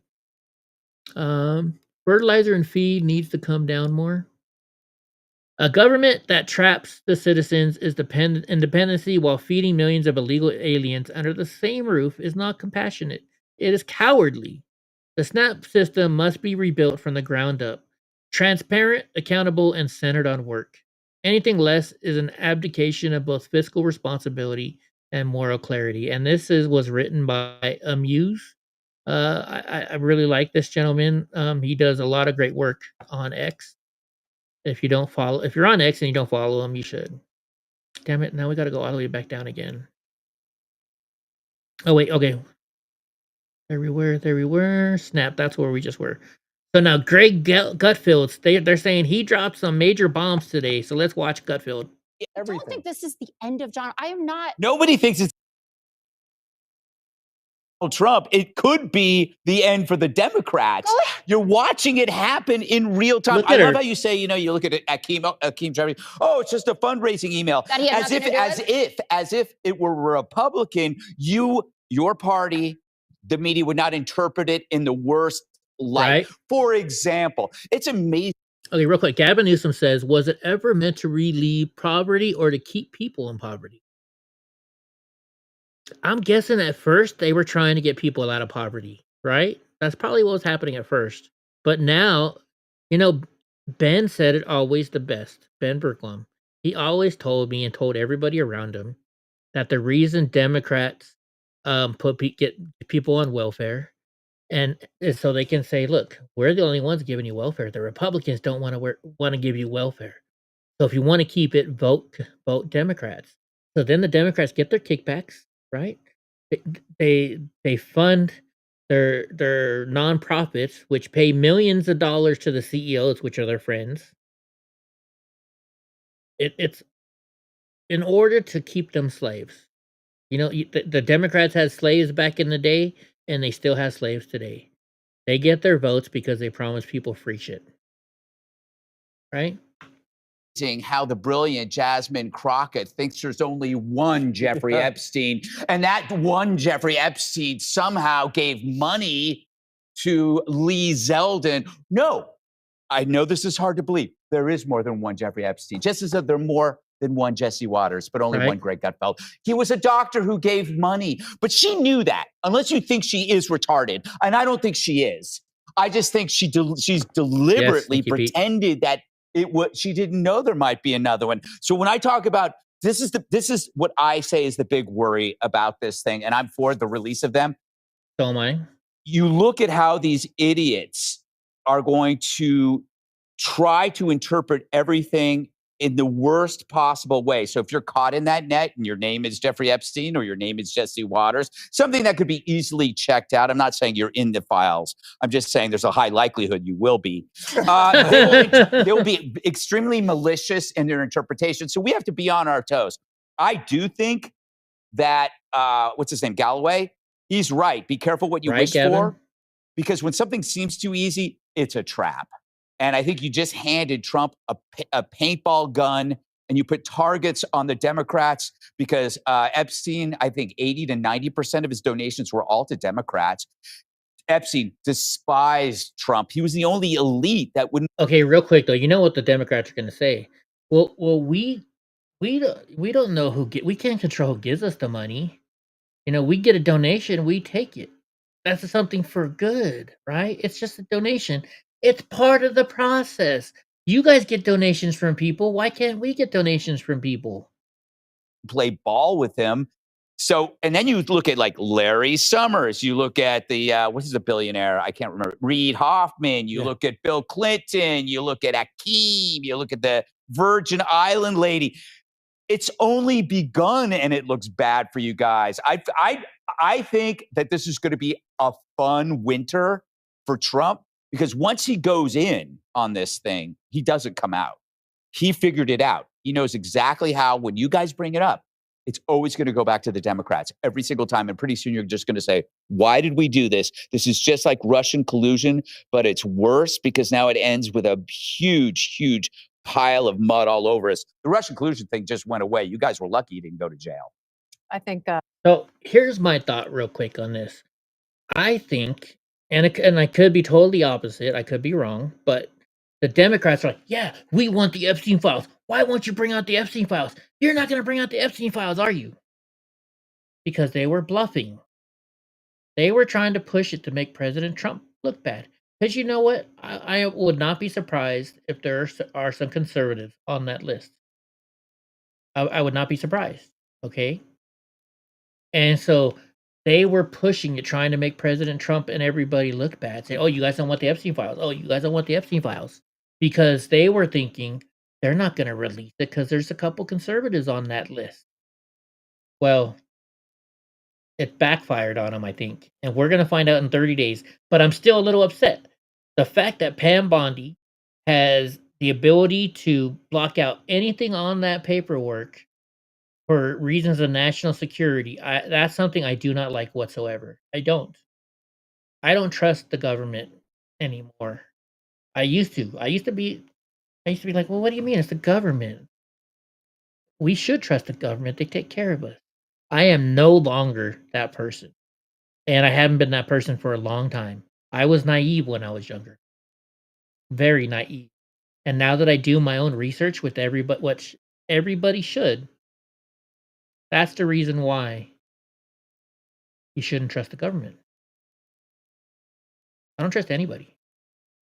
I don't even trust President Trump. I know he's going to do mostly what's right, but he's a human being. He's going to make mistakes. And he's going to do some deals that benefit him. Let's be real here. Everybody does something to benefit themselves. Everybody. Okay? Both parties, you and me,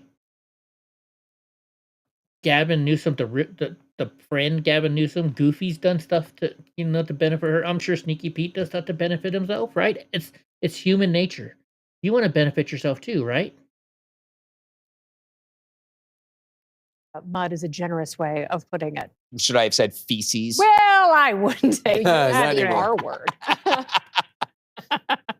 So here we go. Are you in the files? Yeah. Okay, she's not good. I guess she's not going to speak. Megan Rapinoe.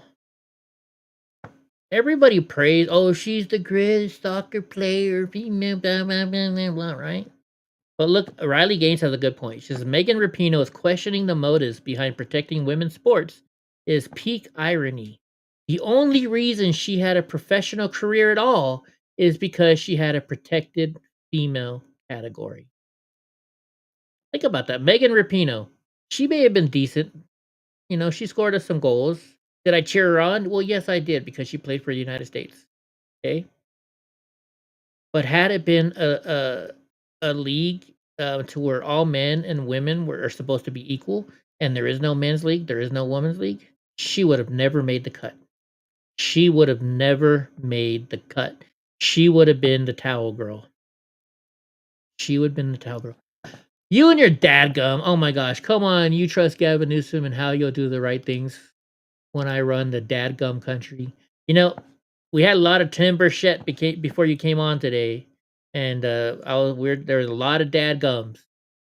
Her and her team were beaten by a team of 12-year-old boys. I don't think it was 12-year-old boys. I think it was 14. I think it was, I believe it was the JV team. So listen, this is Larry Summers. Harvard opens the Epstein probe into Larry Summers. So he's a professor at Harvard, and he opened up his class yesterday talking about it. So Harvard is now investigating Larry Summers' ties to Jeffrey Epstein after new emails reveal a closer relationship than he had previously admitted. Epstein once called himself Summers' wingman, and now Summers is stepping down from OpenAI and public commitments, but still plans to teach. Emails span from 2013 to 2019, which is after he's been convicted, and includes, or after he's been, was it convicted? I'm not sure. And includes Summers asking Epstein for dating advice.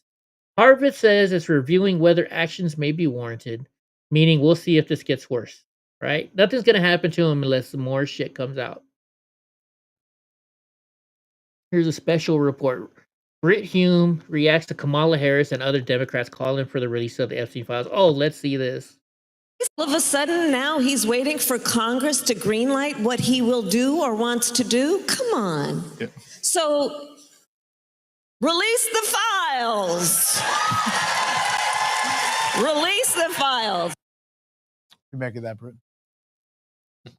Well, she was vice president of the United States for 4 years and part of an administration which had complete control of those files. And we never heard a peep that I can remember from her or from the president, Joe Biden, about doing that. It's only now that the president is in power and Democrats are once again struggling to find something, anything that they can possibly get to try to stop the momentum of this president who has so bedeviled them and who they've made such fools of themselves trying to bring down for all these years. Here we are. Here we go again. Perfect example Right, here. Sticky Pete? All of a sudden, now he's waiting for Congress. Right? They had it for 4 years. So many people have asked them that, and they changed the subject. So Judge Boasberg, that's the judge that is totally messing with President Trump, saying you can't do this, you can't do that. So Judge Boasberg, without evidence, claims justice requires a renewed contempt witch hunt against the Trump administration over the Alien Enemies Act flights. Hearings begin December 1st. The timing is designed to give Democrats cover from the Epstein disclosures that are plaguing their members. So now they're targeting President Trump again using this Judge Boasberg.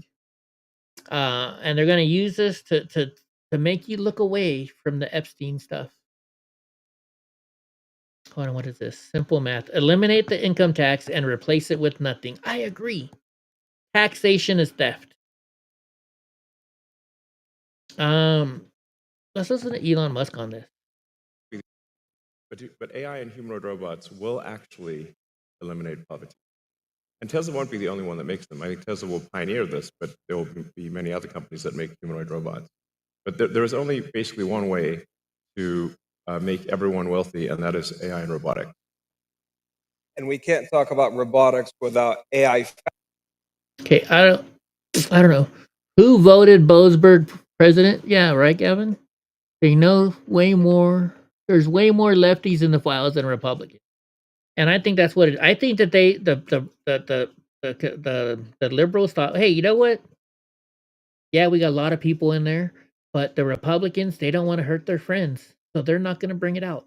Well, guess what? We called your freaking bluff. and I can't wait. Like I said, the only issue I have is that Pam Bondi can blur shit out. I don't think she should be allowed. I don't think anything should be blurred the fuck out. Nothing whatsoever. So breaking news, there are now 3 congressional Democrats who are under current federal indictment. Did you hear about this that happened today? So first there's LaMonica McIver from New Jersey for assaulting a federal agent. There's Sheila Sheriffis McCormick. This is the one that came out today from Florida. She's under indictment for stealing $5 million from FEMA for her campaign. Henry Queller from Texas for bribery. If Democrats controlled the House and the parties were reversed, all 3 would be on 0 committees, censured, and likely even expelled by now. We got more on this. I know I got more on this down there. Literally every aspect of your life will get better with mass deportations. Less traffic. Your schools are going to get better. Your housing's going to get better. Your hospital visits are going to get better. Everything. Think about it. You ever try and go to the emergency room? You know why emergency rooms are clogged? Because illegal aliens are like, well, I don't have insurance, but if I go to a hospital, to the emergency room, they have to take care of me. So they stack up the emergency rooms with non-emergencies because they don't have insurance and they know that the hospitals have to give them care. But you talk to a Democrat, people are dying because they're not getting health care. Bullshit. Go to a hospital emergency room. They have to take care of you. It's the law. Let's see right here. Charlotte before ICE, Charlotte after ICE. Look at the crazy traffic. 40% of New York City housing rentals are occupied by people born outside the United States. 32% of public housing, 44% of rent-stabilized units. How many are illegals? Want more affordable housing and options? Deport the illegals. This is a Charlotte, North Carolina teacher says his class of 16 only had 4 students show up today amid ICE raids. The district had over 30,000 kids absent, over 20% of their entire student body. Schools are not underfunded and understaffed, they're just full of illegals. The Texas Tribune says, Texas says illegal aliens visited local hospitals 80,000 times in 3 months. That's 2% of all visits are illegal aliens, and they don't pay a fucking dime. They don't pay a fucking dime. And that's why when you have to go to the emergency room, you pay freaking triple.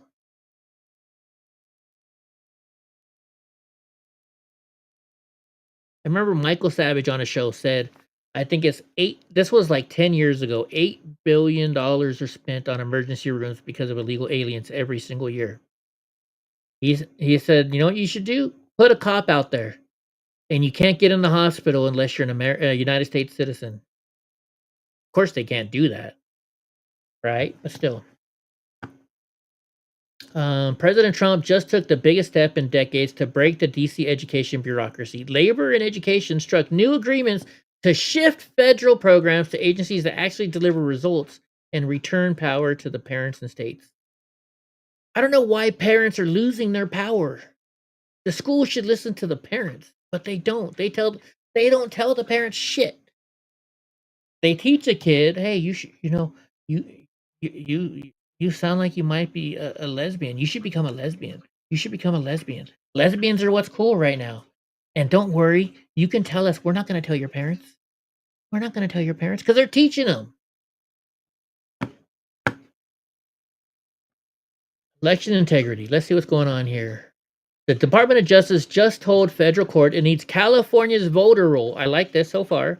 To enforce federal law and purge illegal non-citizens, dead voters, and duplicate registrations. California is refusing because Democrats know what a real audit will expose. Could you imagine a real audit of the election voters on any blue state? Any blue state. So the U.S. Department of Justice filed a forceful brief showing that California is violating HAVA and NVRA by refusing to hand over voter ID numbers required for the federal list maintenance. Harmeet Dillon explained that the Department of Justice cannot identify dead voters, movers, duplicate registrations, or non-citizens without driver's license and social security number data. 25 states already provide this information through ERIC. California's obstruction would gut Title III and protect illegal registrations that Democrats rely on. Hi, Donnies. Hi, babies. Hi, babies. Oh, I know you're such a big boy. Donnie Levin. All right, here we go. The Gateway Pundit. Breaking news. Democrat Congresswoman Sheila Sheriffless McCormick indicted for stealing $5 million in FEMA funds. Let's see how she did it. Back in my day, some parents thought school teach kids everything to buy. Too busy with work. May not be reading that right. What? You see the stare down I'm getting? And you notice his little sister came up too, because she knows that he's gonna beg me for a treat. Right? That's what you're doing. You're begging me for a treat. And your little sister is back there because she knows I'm gonna give you one, and she gets one too. Is that what's going on? I know I'm right. Cause watch. Watch. The minute I give him this, he's gonna run away. Right? There you go. See, he walks away. Oh no, he didn't. There's little sisters. There's your little sisters. And now it's going away. It's locked up. You guys ever play blackjack? Whenever they leave the table, they got to do this with their hands or whatever. What, Donnie? He's been kind of off today. Okay, so let's see what's going on here. The roles would list everyone as no name given. Yeah, it's California, right? Some states have allowed illegals to vote in local elections. Then that's easy to. Yeah, there are some states because they're like, well, they live in the city. They should be able to vote on what goes on in the city. Bullshit. Okay, here we go. So Democrat Congresswoman Sheila Sheriffless McCormick was indicted by a federal grand jury for stealing $5 million in FEMA funds. How do you steal $5 million from FEMA? It says, according to the Justice Department, Representative Sheriffless McCormick and her brother Edwin Sheriffless allegedly stole $5 million in FEMA funds and funneled it through different accounts to pay for the defendant's 2021 congressional campaign. Sheila Sheriffless McCormick is facing up to 53 years in prison if convicted. Using disaster relief funds for self-enrichment is a particularly selfish, cynical crime, said Attorney General Pam Bondi. No one is above the law, least of all powerful people who rob taxpayers for personal gain. We will follow the facts in this case and deliver justice. So this is per the Department of Justice. A federal grand jury in Miami has returned an indictment charging Congresswoman Sheila Sheriffless McCormick and several co-defendants with stealing federal disaster funds, laundering the proceeds, and using the money to support her 2021 congressional campaign, which probably pays those people money for working for her campaign. According to the indictment, she, who is 46, and her brother Edwin, 51, both of Miramar, worked through their family health care company on a FEMA-funded COVID-19 vaccination staffing contract in 2021. In July of 2021, the company received an overpayment of $5 million in FEMA funds. Who knows how much Jasmine Crockett has hidden in her new weave? That's funny.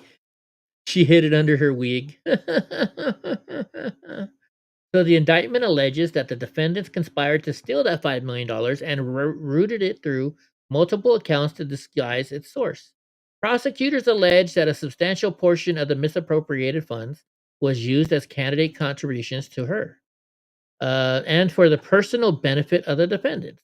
The indictment further alleges that Sheriffless McCormick and Nadege LeBlanc of Miramar arranged additional contributions using straw donors, funneling other monies from the FEMA-funded COVID-19 contract to friends and relatives who then donated to the campaign as if using their own money. And then they probably got a little kickback from it too, right? The indictment also charges her and her 2021 tax preparer, David Spencer, with conspiring to file a false federal tax return. According to the indictment, they falsely claimed political spending and other personal expenses as business deductions and inflated charitable contributions in order to reduce her tax obligation. And, this is huge. Do you think she's going to get in trouble for this? This is huge. Like, this is all on paper. I don't think this woman can get out of it. Are you saying Jasmine Crockett can hide that much in her weave? That's funny. Now here's another thing. Hey, Governor Gavin Newsom, I got some questions for you. Look at this. So FBI wiretapped California governor's aides in a $225,000 corruption probe. Wait a minute, they're looking into his aides? Why not him? Why not him? The FBI intercepted communications from multiple, not just one, multiple Gavin Newsom staffers during a federal corruption investigation that led to last week's arrest of his former chief of staff, Dana Williamson. She is charged with stealing $225,000 from Xavier Becerra's dormant campaign account. The 23-count indictment alleges Williamson conspired with Sean McCluskey, Becerra's former chief of staff, and lobbyist Greg Campbell to bill fake consulting services. Williamson pleaded not guilty. The FBI wiretap notification letters confirmed the 3-year investigation captured phone calls and texts from the governor's office personnel. Newsom's spokesman insists he didn't receive a letter and isn't involved. Sure. Just another day in Sacramento where campaign accounts are ATMs and the governor knows nothing. And this is from The Guardian. The Guardian is a liberal news source. The San Francisco Guardian.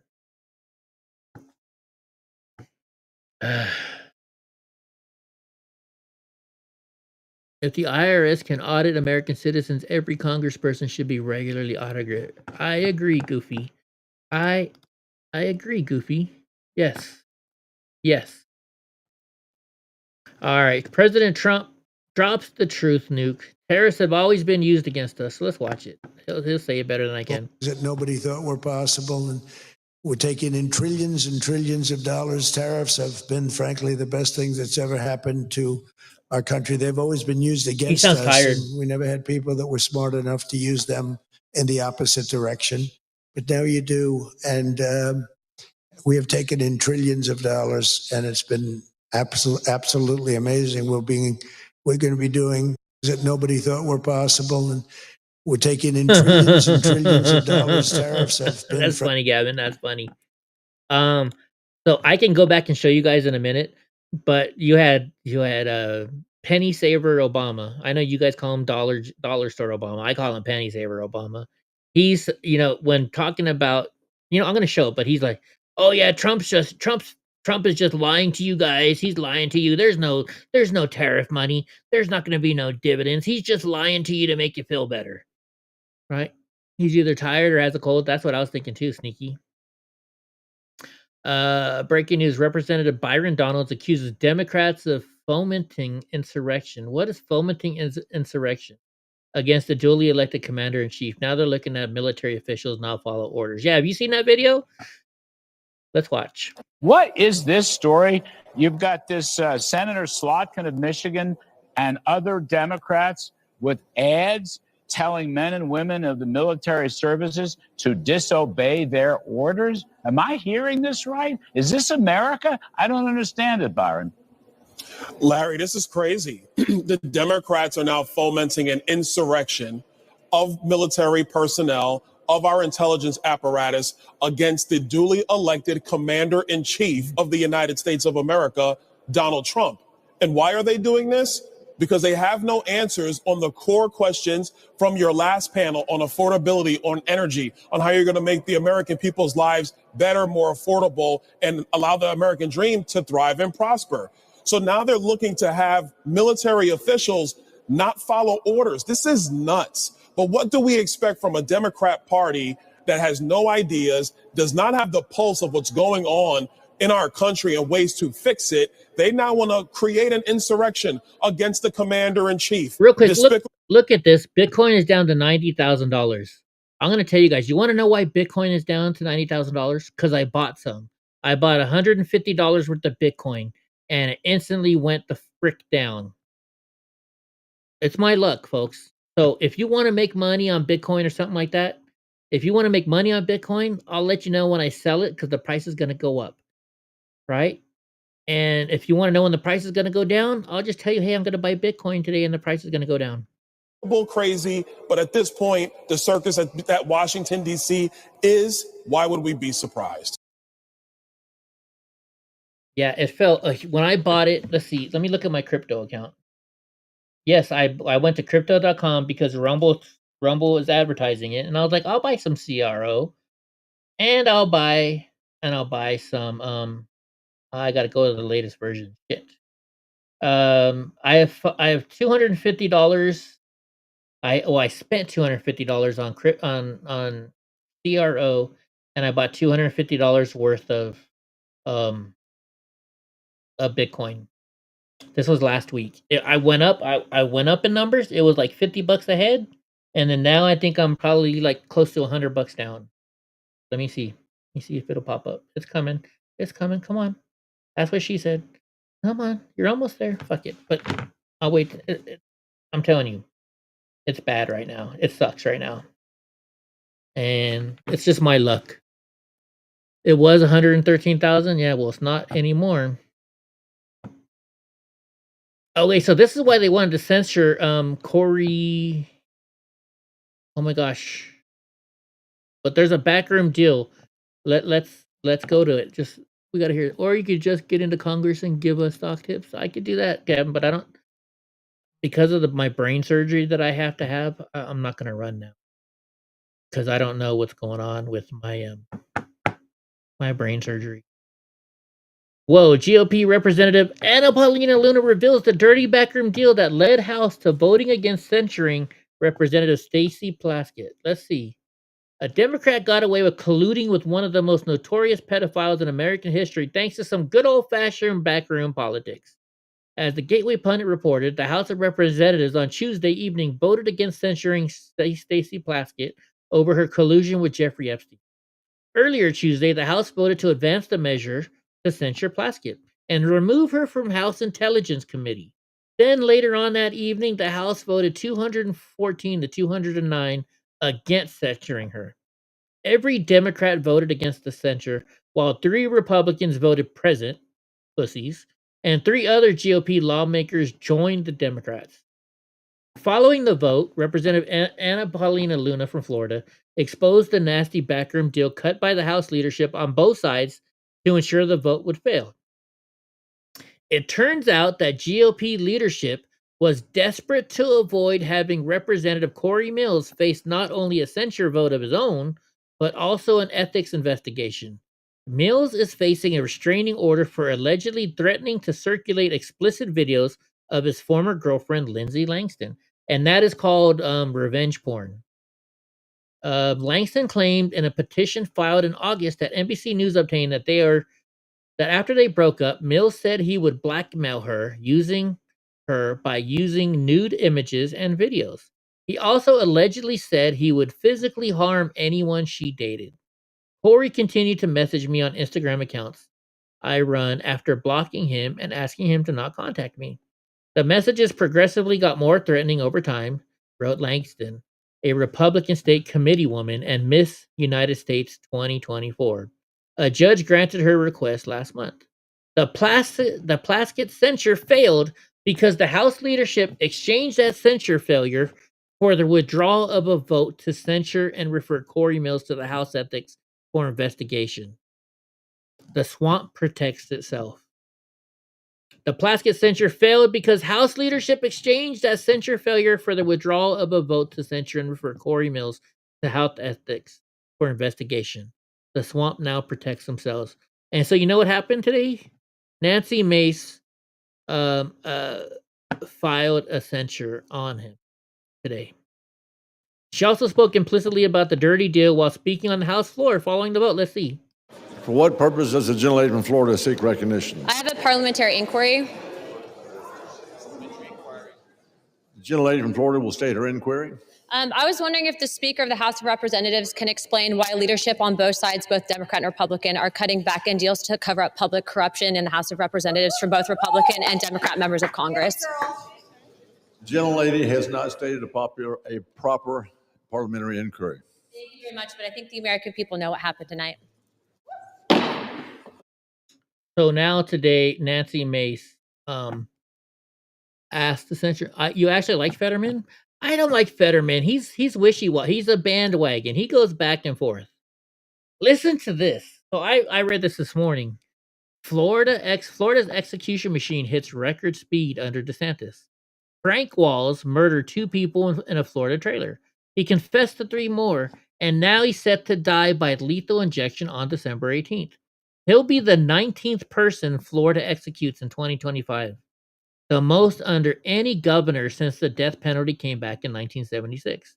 The previous record was just 8. So that's more than double. Walls slit a man's throat, shot him in the head, then turned the gun on his girlfriend. DNA later linked him to a separate rape murder. He took plea deals to dodge more death sentences. Ron DeSantis signed this death warrant just 2 days before another execution, one of many he's fast-tracked this year. Florida isn't slowing down, and it's leaving the rest of the country in its wake. Remember when Texas used to be the head of this, in the lead of this? You think a lot of that has to do something with his stroke? Who had a stroke? Corey Mills had a stroke? Is that what you're saying? Corey Mills had a stroke? All right, so here it is. Justin, Representative Nancy Mace will be moving to censure Representative Corey Mills, Florida today. And she did. I had the video up top. We can go back up and check it out again. Listen to this. This is an Oregon principal. George Floyd is my friend. George Floyd. And you see how they're doing this? This is like clapping. As a child, was fascinated by World War II and read all of the stories about the Holocaust.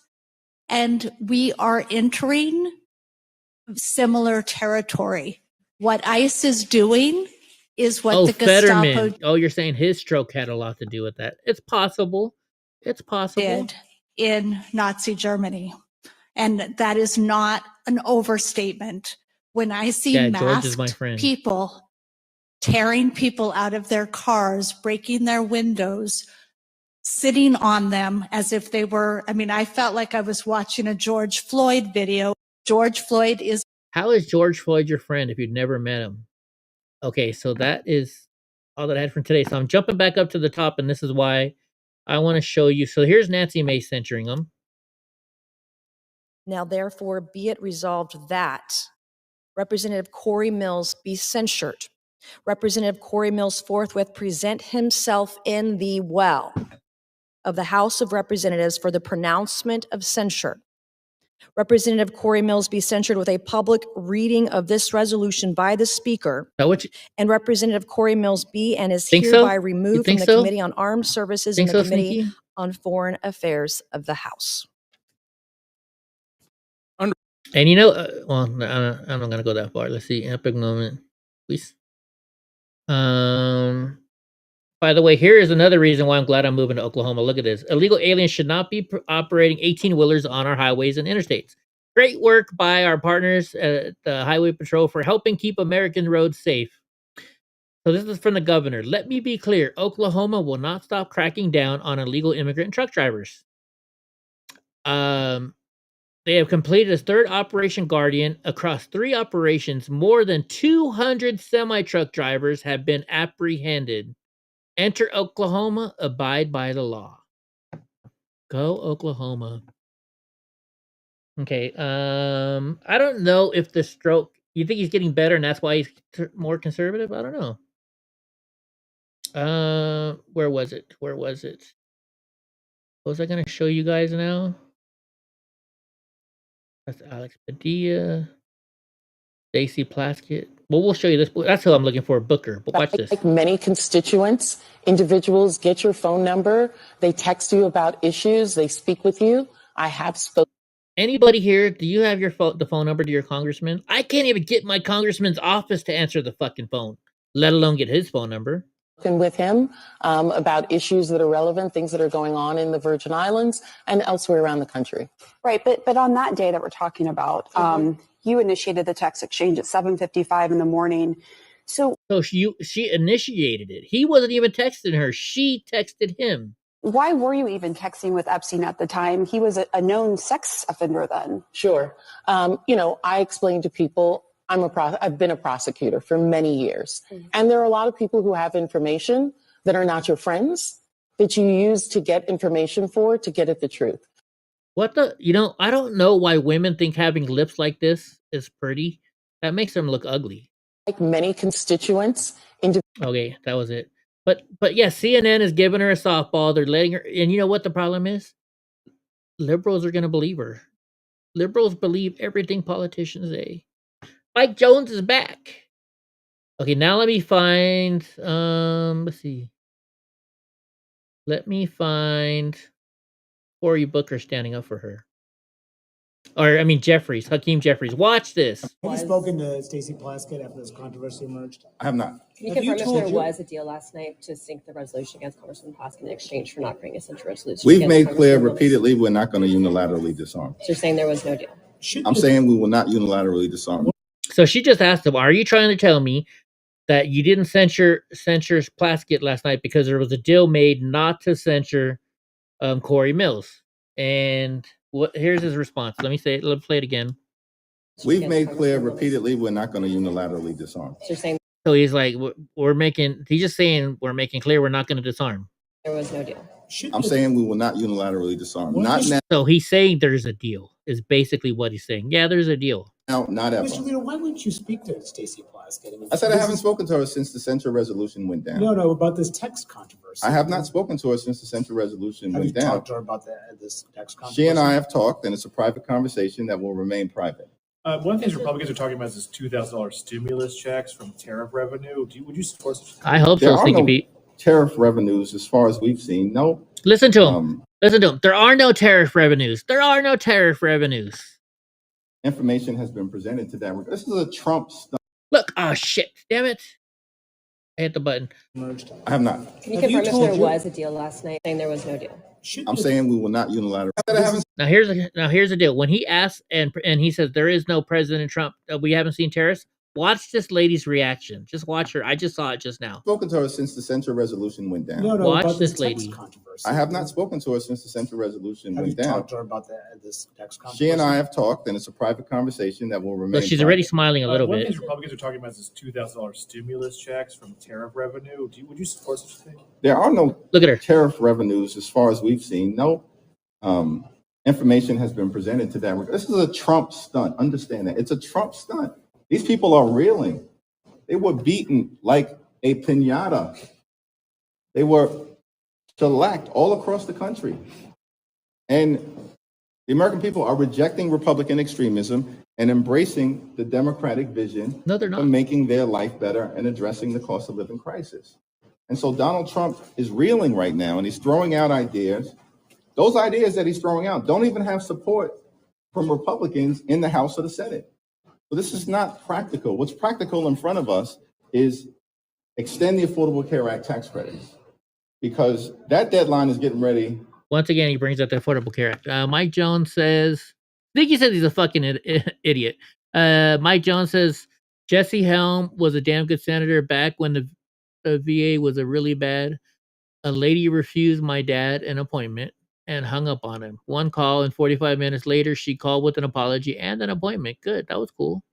That was good that he takes care of veterans. I can appreciate that. I can really appreciate that. Laugh at these Dems are the one that give in. These people are but they're not idiots. Their constituents believe them, Sneaky Pete. Their constituents are the idiot ones. Whoa, somebody named Dale Bright sure is responding a lot to me. What the fuck is this about? Let's see. Team Hendrick. Fuck that. Because the power to tax is explicitly described in the Constitution as belonging to the legislative branch. Tariffs have been used since the creation of the U.S. and were used under every POTUS before Trump. Because it's Trump, it's now an issue. Yes, you're right. It does not change the fact that we have learned tariffs do not work. We learned it in the 18th century, reconfirmed it in the 19th century, and began a ban. You're an idiot, whoever the fuck you are. Apparently, we have learned that they very well have, and I'd wager the scouts will not strike them down. Why? Because precedent. These guys are going back and forth. Interesting. A lot.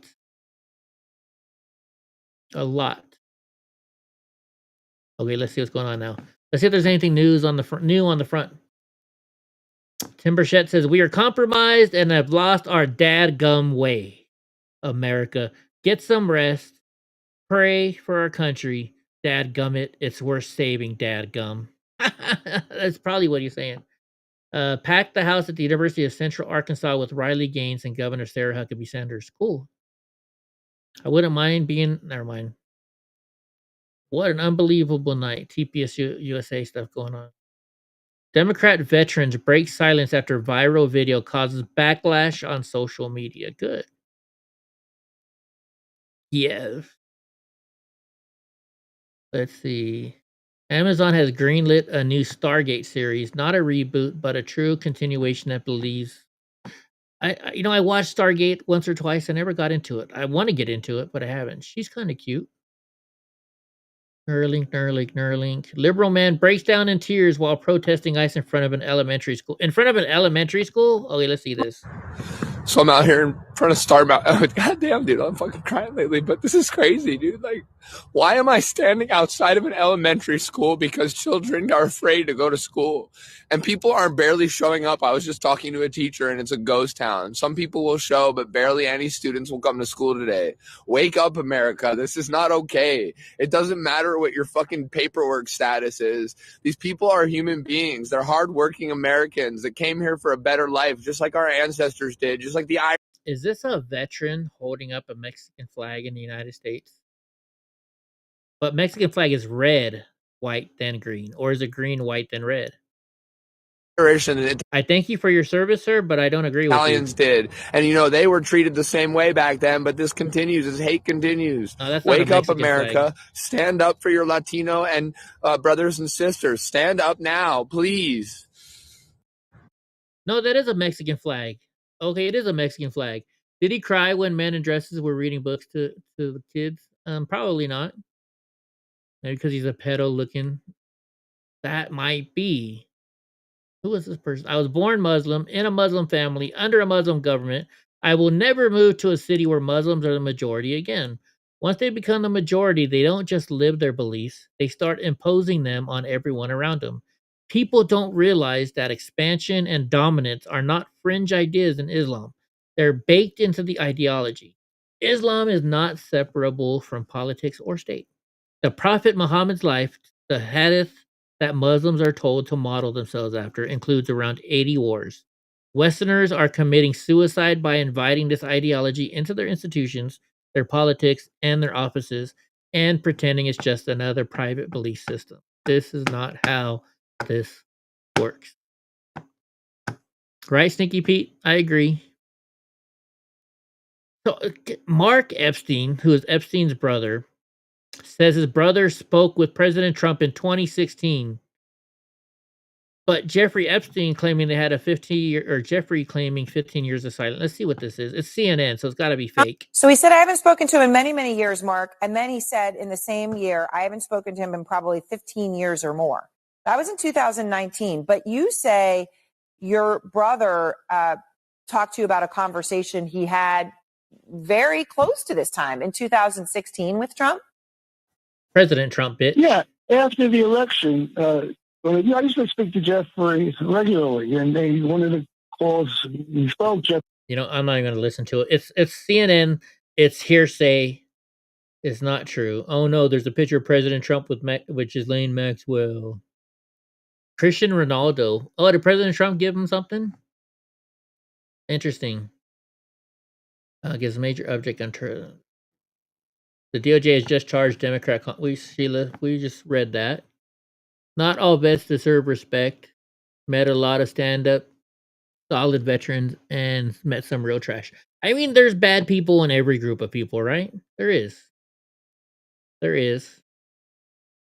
But as an American, they signed up. I'm going to thank them for their service. Are these the paintings that were on Jeffrey Epstein's wall? We got George Bush and President Clinton. Wow. The interview problem robots can't solve. $1 million plumbing scam. Company owners arrested for harboring 250. Oh, let's see this. This is the business in question that has a Metro Detroit couple in hot water with federal investigators. It's not just simply an immigration case that's charged, it's also money laundering. And these are the federal documents investigators say detail the inner workings of the plumbing empire built by Moises Orduña Rios and his wife Raquel over a 5-year period. The Plymouth Township couple owned Orduña Plumbing, Manpower Supply, and allegedly hired undocumented workers, took their passports, and crammed them into tight living quarters. These photos from the criminal complaint. The federal complaint focuses on Rochester, New York, but Michigan, Ohio, and North Carolina are also mentioned as places the company operates. According to the complaint, out of 253 workers, only 6 were in the U.S. legally and permitted to work. Wow. The complaint claims the husband and wife generated $74 million in their plumbing business that was based out of Michigan. So whenever you use money that is unlawful and you deposit it into a bank and you manipulate the banking system, that's money laundering. And that's what the government's alleging here. Former federal prosecutor Matthew Schneider reviewed the 27-page complaint, which mentions investigators interviewing the workers on numerous occasions and the company's use of the WhatsApp messaging app. In this case, you've got physical evidence, statement of the people arrested, and the government was listening to the communications of the defendants. So you actually have all 3 of those things. And whenever you have a criminal defendant speaking and being recorded, and the government has that evidence, that's extremely powerful, and the burden on that is really hard. 1 second, Sneaky Pete. The company headquarters is in Plymouth Township, where we stopped to see if anyone was present who could speak to the allegations. No one was there. We then went next door. It's pretty crazy how big the operation was, with very little activity that was there. Jeff Goebbels, a golf pro, runs his business in an adjacent office space. He said he'd see about 3 people in and out of the office, and he's stunned by the allegations. Yeah, it's kind of frightening that they could get that deep. Just looked like a normal business that I didn't see a lot of work trucks coming in and out, but that it was that detailed with the immigration issues that are going on today. It's pretty interesting. They sure did, Mike Jones. The couple, whose address comes back to this $1.5 million mansion in Plymouth Township, were released Tuesday on conditions after appearing in Michigan Eastern District Court. The couple's next court date is scheduled for December 2nd in New York. All right, so Sneaky Pete sent us a video of Clayton County Jail, I believe. Let's watch this bad boy. Oh shit, it's 50 minutes long? We'll watch it. You guys want to watch it? Is this kind of like, this is Atlanta's jail, so this is Fulton County Jail then, right? This is Fulton County? I actually like watching these kind of videos. Let's watch it. Why not? Is there anything about jail you actually enjoy or like? No, there's nothing about here I like or enjoy. Well, You're not supposed to like jail. Oh, this is Clayton County. Them motherfuckers right here, they're like 3 machetes. See what I'm saying? Gang, stabbing is a normality in here. Like, my name is Doodle Brown. I throw shit. And they call me shit up now. Once you quit. This place is fucking Why would you be crazy, proud bro. of that?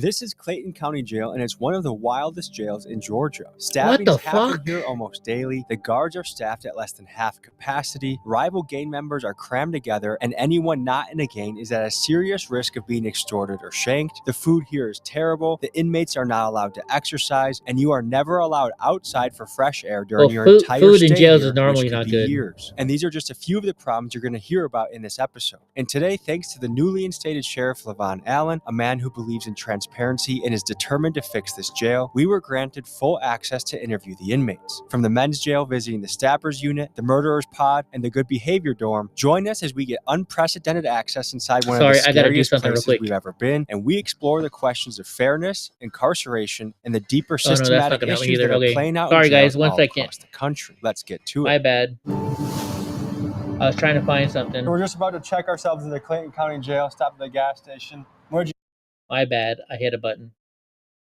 just get out of? Clayton County, I just got out 2 days ago. What are the conditions in there right now? Conditions are horrible. I'm talking about 16 rooms, supposed to have 2 people. So that's 32. Instead, you got about 45 to 55. It's 3 people to a cell. Okay, what about weapons and danger? It's a lot of weapons in there. Jesus Christ. The cells don't work. The doors don't work. They don't close. They don't lock. So what should I do? Don't go. Wait, does he That's all I have? can say. Does he have diamonds in his grill? That's a 50-50 chance. I can't guarantee you're going to leave out of there with the same body. What do people do all day? Talk shit, try to fight, antagonize people through the He's window. got diamonds in his gangbang, grill. Smoke weed. Good luck. All right. I wasn't that scared. Now I'm a little scared, I could say. What's going on in here? I don't think I can handle jail anymore. I've been to jail a couple times. I don't think I can handle it anymore. I'll be honest. They do need exercise, right, Good to Goofy? meet you, Tommy. Wise, man. Captain Hewitt, man. Good to meet you, Captain. This is the team. All right. Right. Okay, can you tell me what we're looking at here? So those are the jail cells actually themselves. So it's where all the inmates are housed. Is there any sunlight that gets in? Through those windows, yes. That's crazy, right, Sneaky Pete, to even think about that.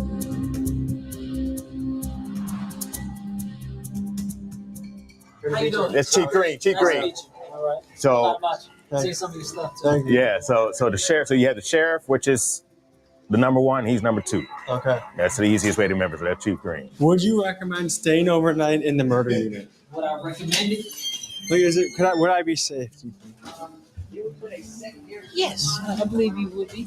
Okay. Because we have locked doors in the murder unit. I heard the locked doors don't work. Well, some doors work, some doors don't from the inmates that have destroyed the doors or messed up the doors. But most of the doors, 90% of the doors in here work. Are you guys able to put me with a cellmate who has a good reputation? For next week's video, I'll be living as an inmate in this jail. So if you see me asking the guards about staying here or shots of me in an orange jumpsuit, that's why. You mean in the jail, in the murder unit?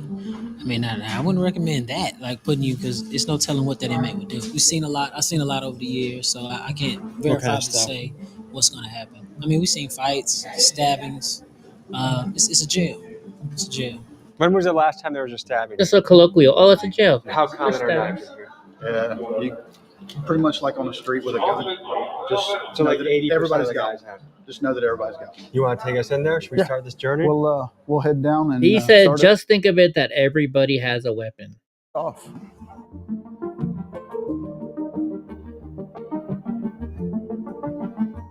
Man's on deck.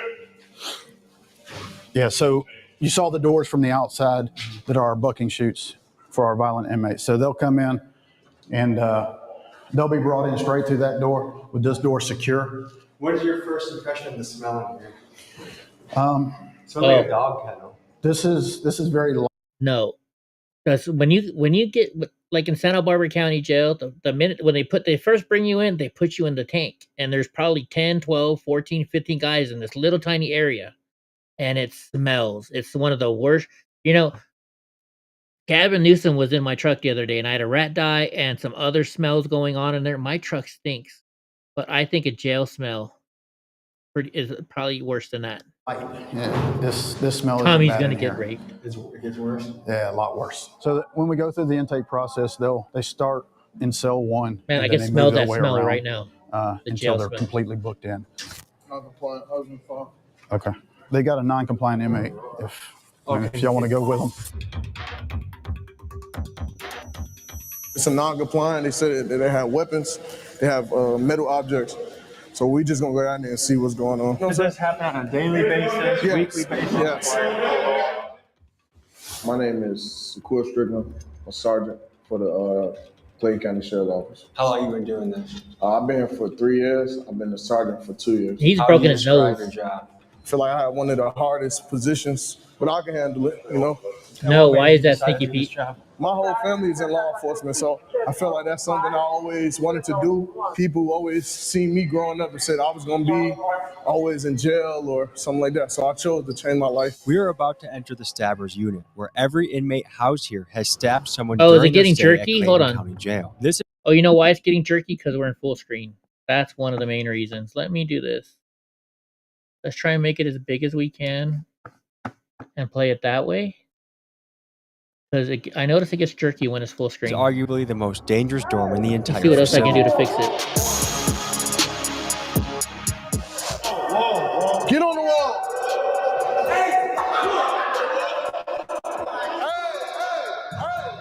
What's the issue? Yeah. I just wanted to give a male officer the knife. I didn't want to give it to a female officer. I gave it up. The only reason I did it, Tell me if it gets better now. this man just had it in an aggressive manner with a spray. It felt like this man just had a gun. I'm a real the officer. This man had, I don't know. Really? I didn't know that. So when we shake down y'all cells, there ain't nothing in there. Nothing inside, nothing in there. We go to right now. You may be wondering why the walls are black in this cell. That's because many of the inmates here make fires in their cells so they can cook, smoke, or melt things down to make into shanks. And over time, the smoke stains the walls pitch black. Wow.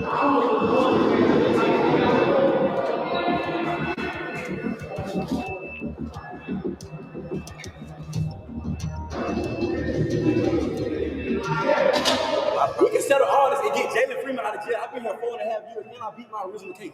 I'm only here for 7 minutes. Don't you have another case coming up next week? I got trial. Next week. Hopefully they let you go. Like Clayton County, many jails around the country have started to feel more like prisons because, as you've heard, some inmates spend years here before ever being sentenced, and that's not how it's supposed to work. Jails are meant for short-term stays, usually for a few days to a few months while someone awaits trial or sentencing. And for context, the Speedy Trial Act of 1974 sets a federal guideline of about 70 days from indictment to trial. But with local courts backed up and public defenders overwhelmed, many inmates end up sitting for years before their day. So Sneaky Pete says, remember, this is where I live. I live in this area. And in the past, when we've watched Clayton County Jail, he's like, Eddie, I've been there. Or if we see Clayton County stuff, he's like, Eddie, I just went to that Walmart yesterday. Court, raising serious questions about violations of the Sixth Amendment, the right to a speedy trial.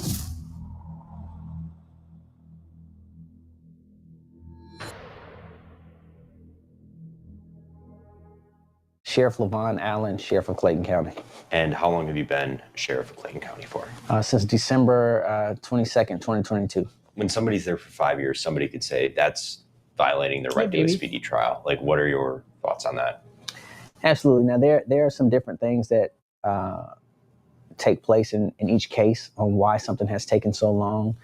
Maybe someone has not been deemed competent during that particular time. Or maybe there have been continuances on both sides, you know, by the defense and by the prosecution. And there's various reasons on why those things have taken place. But again, my goal is not to keep anyone here a second longer than what they're supposed to be, because ultimately I need the space. County jails fall under the jurisdiction of the local sheriff, and Clayton County Jail is ran by Sheriff Levon Allen. For 16 you can only go 2 prior, years in the jail county. was ran by Sheriff Victor Hill, a polarizing figure who faced multiple corruption allegations and was ultimately sentenced to 18 months in prison for violating the civil rights of inmates inside this very jail. The former sheriff was convicted in 2022 of violating inmates' civil rights. He tortured people by ordering them held in restraint chairs. Hill was sentenced to 18 months in prison. Now, Sheriff Allen inherits a facility plagued by overcrowding, understaffing, and years of controversy. And it's on him to try and turn things around. Willie, though, is he working on it? Not in Georgia. My name is Danny Nagel. I am a former prosecutor here in Clayton County, former judge, and current criminal defense attorney and PI attorney in Atlanta, Georgia. The issue is that they have too many cases, and there's no way to keep up with as many cases as there are. Everyone here, from the inmates to the guards, is well aware of the understaffing problem. But fixing it isn't as simple as it I gotta sounds. feed Donnie. The It's county dinner board time. considers the jail fully staffed at 123 guards, which Sheriff Allen has. The reality, though, is that the jail needs at least 100 more officers to run safely. And the county board even paid a consulting firm nearly $375,000 to confirm that. And still, they have refused to fund extra positions, leaving Sheriff Allen's hands tied as the violence and chaos continues. Clayton County commissioners approved a budget that would let go of nearly 40 correctional officers. It's a move county leaders said would save the county $10 million. So the bottom line appears to be this. Sheriff Allen genuinely wants to make this place better, but without the budget to hire guards that make the jail safer, or the option to build additional capacity to better segregate the prisoners and address the overcrowding, how could anyone make real progress? And to me, it seems like a question of human rights versus fiscal responsibility. And the problem is, due to his position, Sheriff Allen will likely take the blame for issues he doesn't have the resources to fix. Let me know in the comments what you make of this situation. We in 5-5. We in the hole right now. And what's it known for? Straight stabbing. This is a stabbing unit? This is a stabbing or a violent unit. The only reason the police put us here because they're saying we're problematic with other inmates and we tend to cause harm to other inmates, allegedly. Okay. So, but their stabbers are mixed in with protective custody. Yes. What? Yes, That's they what you're got saying? murderers with a POP. They'll have a rapist with a theft by receiving, brother. This jail freestyle game. Clay County don't give a f about you. So why are people with traffic citations sitting in the same room as somebody that's stabbed somebody? That's a good question. These charges would come through the jails and come through and flow through the courts in a timely manner. So you would not have such a backlog or an issue. So you could have someone who comes in for a murder, you have someone who comes in for something simple as a shoplifting, and they could be in two separate parts of the jail. And as their case flows through the court, it's done, it's proficient, and it's no issue. But when you have a backlog of cases, now you have an overcrowded jail, and you have to be able to properly classify people and also properly separate them from the different classifications. And right now, we have just outgrown the ability and the space of this jail. Well, to answer your question, Gavin, it's Georgia, so it's a largely black population, isn't it, in that area? I could be wrong. My name is Alexis Sanchez-Umbreno. I just got out of Clayton County Jail. I'm currently serving weekends and for a fleeing and eluding charge. And man, I just want to say I'm currently in the dorms where the trustee's at, but I've been to general population and this shit is not it. It's dirty. Pipes are leaking. It's 3 to a floor. The cells are wet. There's like sewer water everywhere. Last time I've been in there, it was terrible, man. And from what I hear, people are getting extorted every day. And it's not right. Say people just get locked up for a traffic ticket and they're in there with evil people, like real criminals, and it's just not fair. Well, so even a minor traffic infraction, like you might get hemmed up by some people in the jail and be like, hey, you're gonna send us money to our Cash App, or we're gonna beat your ass, or we might stab you or kill you or do something worse to you.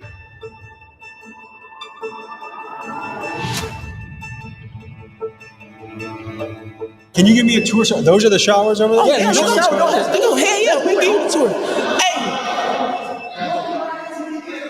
All right, so look, we ain't got no shower doors in it. We ain't got no shower door right here, right? You guys just have to shower out in the open like this? Yes. Yeah, we got a shower like that. But if females in the booth, they're gonna say indecent exposure, which is why we ask for light showers and intake. So do you guys have to, like, one guy like us to protect the shower while the other guy showers, or what? Nah, we just go on the other side of the bedroom. Hey, but look, back to what I'm saying. These motherfuckers right here, they're like 3 machetes. See what I'm saying? Dude, look how dirty that is. See what I'm saying? So you just kick this motherfucker off, we gonna come off. See what I'm saying? I can kick them off. Have about 5 knives. So how long does it take to make a knife? It depends on what kind of knife you're trying to make. If I was to bust somebody, I would want to bust them with a flat piece because it's harder to stitch up. A ride, they only leave marks like I got hit. Here's the trouble I have with this real quick. The way these guys, they're just telling everything. This kind of confuses me. Why would these guys literally go on camera and say, oh yeah, we got knives here, we got knives there? This is kind of confusing to me. Gang, stabbing is a normality in here. Like, it is very common for you to put up on inmates. Show me your stab wounds. They'll come out in the jumpsuit. I'll show you. Like, Was that a shank? Oh shit. This is what they 2 of them. What goes through your mind knowing that 9 out of 10 guys has a shank walking around? Like, what goes through your mind? Man, you just got to be careful. Don't look at nobody the wrong way and just, keep it pushing, man. You just stick to yourself. And if somebody comes, you just be ready.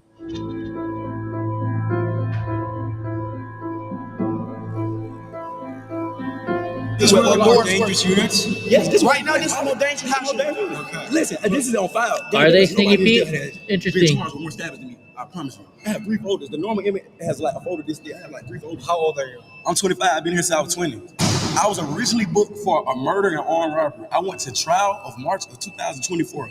I was acquitted of every charge that ever brought me to this jail. The only charge that I'm still facing right now are stabbings. If I would have never caught a charge in jail, I would have went home last March. If I would have never caught a charge, I would have been home 24 weeks ago.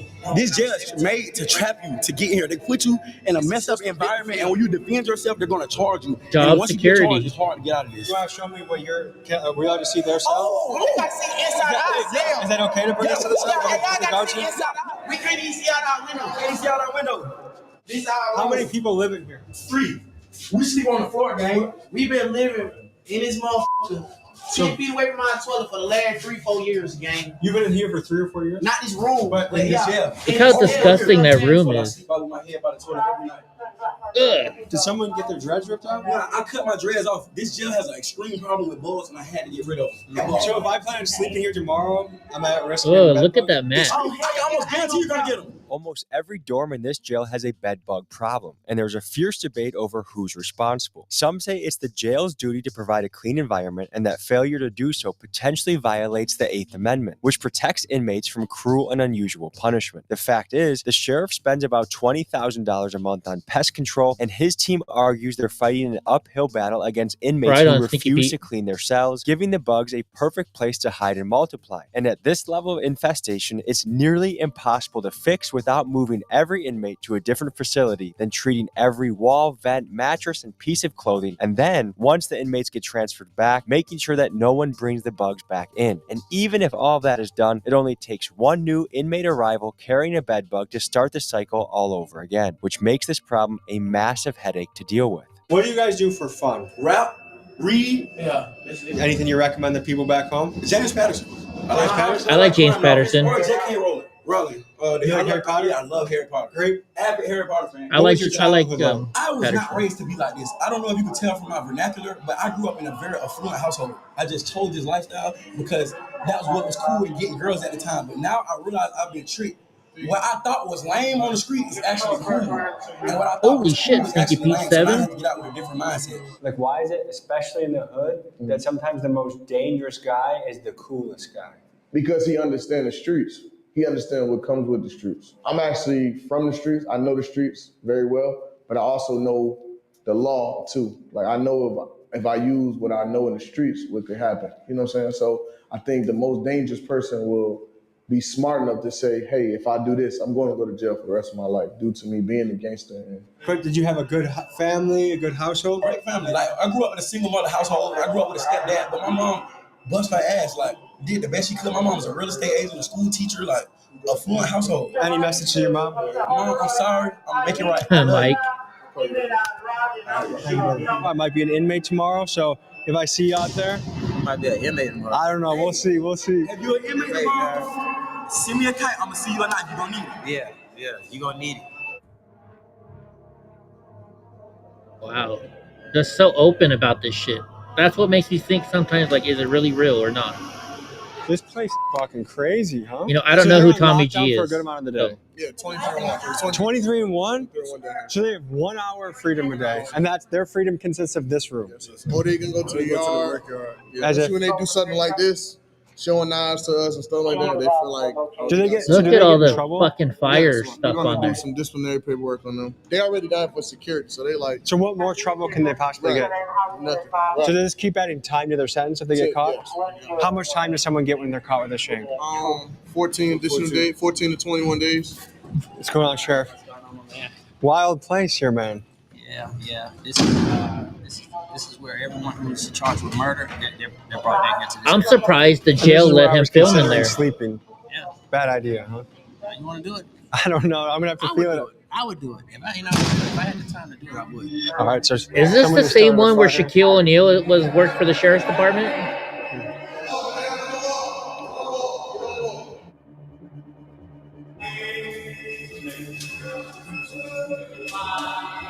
Holy shit, that doesn't even happen. Go to the wall. Window? Right in the window. Go to the right wall. Put your hands behind your back. You see, burn the hole in the light. They don't need lighters. All they need is a positive and a negative wire connection. They can burn paper, stuffing up the vents. Henry County. Destroying the Okay. cell. Everything in here was brand new. As you can see, constantly, he's a tactical. All I do is spark the wire connection, put the paper down, and it starts to fire. Okay, Sheriff. So one of his complaints is going to be about onions on his tray. We already verified what's on his tray. What he's allergic to. He's not allergic to onions. So that's something he's about to complain about. Did you tell him he was allergic to onions? right, Not the time. all right, that's what I'm saying. So you gotta make the stuff make sense. I'll make sure that the nutritionist speaks to you again. And make sure you tell them everything at one time. All right. You guys do a 23-1 schedule? Mm-hmm. What do you think about that? I don't have a problem with 23-1 because it gives me a lot of time to think about my actions. Right, Mike? Right, the shit Sneaky that Pete? I've done wrong. Mike Jones, this ain't far from you. He threatened to 3 kill states me. over? Something like that? What kind of shit? You I have some. smoking ice in here. You smoking strips in here. You got the cigarettes in here. And my name Doodoo Brown. I throw shit. And they call me shit 'em down. Push you quick. Those were his feces he just walked over? So if you What look at his the door, hell? 5108, you see the glass is missing because he takes and builds fires and puts it up against the glass and melts the glass out of it so that he can then take and throw feces on officers. He's a And- regular feces thrower? Yes, on a very regular basis, daily, typically daily. How would you rate this if your worst unit is a 10? What was this unit? 4. Jesus. Wow. Okay. So this is the murder unit. This is the murder unit. So if you look, when we go in the door from the left to right, we start with murderers and then move around to aggravated assaults. And keep in mind, every inmate here is innocent until proven guilty in court. But here are the facts. Out of the roughly 2,000 inmates housed in this jail, about 200 are charged with murder, and another 600 or so are here on attempted murder charges. You don't do that to me. Do that to me. Garrison! Look at that chest set. Oh, they made a chest set out of bread? What did we get? What'd you get? Oh, man. This is... Nice. Woo! Wait, is this normal jail food? If it's normal jail food, it's a blessing. It's simple out there, but it's a real blessing. Feel me? When you in here, you learn to be grateful. That's one thing we always talk about. Like, you might be grateful to walk outside and just look at the tree. You feel me? Something simple, something just, you feel me? That's a great... To walk outside and look at trees and just be happy to be alive is a beautiful thing. To be grateful, you feel me? Be happy to see a bird be a blessed feeling. Real for real. What unit are we in right now? 7-1. We in 7-1. What is it known for? Depending on who you ask, they'll say this is the more dangerous charge. This is a dangerous unit? Yeah. How old are you guys? I'm 21. I'm 23. What's the schedule here? Like, what time does your day start here? The day start early. Wait a minute. Is that what it says? 800 people either in there for murder or attempted murder in a county jail. 800 people. How many freaking... Wow. That's a lot. 4. 3 in the morning. Yeah. 3 or 4 in the morning? Yeah. That's early. That early. How good's the breakfast? Type of question that. Bad? Anything grits, one day, oatmeal the next day good? It ain't good. I don't really eat for real. I'd rather find me something else. Does time go by fast or slow in here? Slow. It really go by fast to me. Yeah? I've been locked up like 52 months. Does that feel like a long time to you? Nah, it really stiff like I got locked up yesterday. Is there much to I do guess for it could fun around because here? the chicken It's all bones are about sharp, how huh? productive you can be. You feel me? Find a way to keep themselves occupied, keep their mind off of whatever it is going on. So what's your hope for the future? And I get to see everybody on around in these rooms on the street sooner or later. I hope for the future is go ahead and get back out there to the streets. What kind of household did you guys grow up in? And I grew up without a mom, so Without a mom? yeah, you feel me? So, I grew up in an alright household though. You feel me? I grew up in a single parent household, feel me? Most of the time we were living with grandma, so there was always a lot of family around, living with others. But Would you say your house was stable or was it chaos in your house? I was stable. Yeah. Auntie did great. Is there anything about jail you actually enjoy or like? No, there's nothing about here I like or enjoy. I wouldn't It's just hell. wish it on nobody. Crazy, Sneaky. What's going on? That's a big cop. That's a big boy. So what happened? I'm Tommy. Chris, I was at a dorm and I was talking to another person. Another person walked up to me and started hitting on me, and I got hit in the face a couple times. And they've been trying to take me medical, take care of me since then. What brought on the attack? Some people are not placed in the proper units where they should be. Like some people are mental and they shouldn't be in population with regular people. So it's a classification problem right now going on in the jail. So someone that was too aggressive and violent was in your unit? Yes, sir. Did it have anything to do with like property or gambling or anything like that? No, sir. Okay. I got my food at home and I like my food. I'm big. I like to eat. Is it hard being a white boy in this jail? In Clayton County, yeah. Are you unaffiliated or do you have any crew that can help you? I'm unaffiliated. And how is that being unaffiliated? Is that a risk? It could be, but I mean, I've been here for 2 years and I've been stabbed one time and I've had this incident, but like my incidents were isolated incidents. They won't like no gang shit or nothing like that. So you've been here Guy for or 2 gay? years. One of our rights as an American is to have a fast and speedy trial. They're not all that. I've never been inside of a courtroom. I've never seen an attorney. I have never been given a bond, nothing. I don't even know if I'm indicted or nothing. Would you say that's most people's experience in here? Yes. Court just keeps going on and on. And a lot of that comes from they fired the public defenders. They got new public defenders. They got Judge Carter spin out. Then they don't have a DA. They got a new DA. So a lot of people are getting their due processing rights denied. Do you know where we're headed next? This is the inmate working dorms. These will be the kitchen inmate workers, from backdrop sanitation, the cooks for the kitchen, every trade that comes through the jail as far as the inmate eat. These fellas right here work very hard up in the kitchen to get the job done. Thanks for having us today. Thank you. Okay. So tell me about this unit. We work for the jail, basically. This unit is kitchen workers. So everybody in this unit comes together, makes food for the kitchen, cleans the kitchen, dishwashes. My main thing is serving trays. So they'll have me on the line, sanitizing or serving trays. Is it getting just simple things like that? Everybody in this kitchen works hard, man. 12 hours a day. 13, When is this from? 12 to 13 hours a day, and we don't get too many.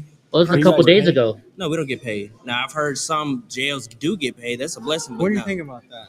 You got to take the good with the bad. You know, I think I've been Trying to this close jail, stuff and I've been down, in different guys. sections before. I've been in dorms where they have lice, where they have I've seen one person with 100 pieces of lice on his jumpsuit.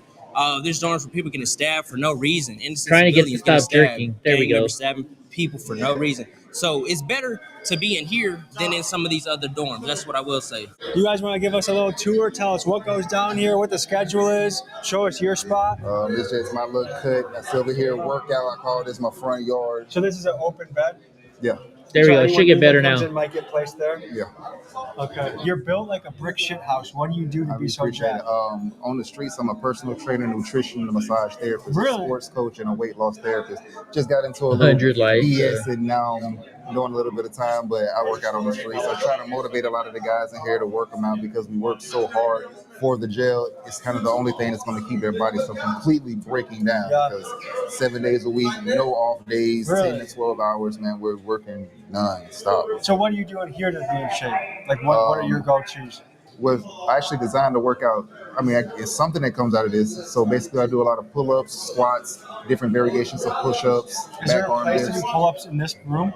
Yeah, well, I jump up there and grab the bar, even though I'm not supposed to be on that motherfucker. But yeah, I jump up there, grab the bar. do Oh yeah, let's hang on the fire sprinkler. Yeah, because they don't want us working out in here. Why? I don't know, but it releases So are endorphins. people technically not allowed to work out? Yeah, technically, we're not really supposed to be working out in here. We'll make water bags, and of course, I they're feel going to like pop working those. out is what gets people mentally healthier. It is.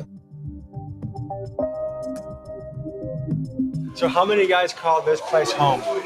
I think right about now there might be around 41 of us in here right now. So this is a question. There's pretty much two sides of the coin. Some people say, you know what? If they committed a crime, throw the book at them. They don't deserve nothing. This is how it should be. Other people say, hey, it's inhumane. There should be better conditions. Like, what is the answer when it comes to prison or jail conditions, do you think? I guess when you do something wrong, you go through whatever it is to go through. They make things nice. Dude, look at They that. can That make a thing's brand full of new water jail right for there. us. What's that? It's not the officers That's clogged, or I the bet. sheriff or anybody like that that's tearing down the jail. It's literally the people that they're putting inside of the jail. So you can't really blame the guards or the officers or anybody else like that because a lot of the places, when they're new, they're new. Why are these guys doing it? I'm trying to understand why you want to turn the place that you have to live for a certain amount of time into a complete shithole. That's beyond me. I'm a young man. I have certain urges. How do I take care of that? in prison jail?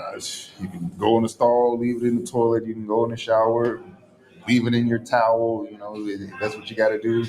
And everybody sleep, pitch a tin in your fucking rack and go crazy. You know, it's gotta get creative, I guess. Soy de Honduras, trabajo en el área de la cocina, tengo aquí 23 meses, me acusan de narcotráfico, he ido a 2 cortes, no tienen ninguna prueba contra mí, no hay control, mucha gente la navajean con cuchillos, mucha droga. Man, we see people get stabbed up and the officers just staring at them. Don't even call nobody. You know what I'm saying? And they got officers bringing drugs in here. There's all kinds of crazy shit, but they want to blame it on us. And a Clayton County correctional officer found herself on the other side of the law this afternoon after she was accused of trying to enter the jail with contraband. This Clayton County correctional officer is in jail tonight, accused of trying to bring contraband inside. Sheriff LaVon Allen has arrested 2 of his own corrections officers for allegedly smuggling drugs into the jail. If you check the news right now, they're going to say Miss Allen, she was selling drugs, putting drugs. I was in that dorm. I was next door to them niggas while they was doing all that shit. But it's not like it's the sheriff's fault. The sheriff don't know.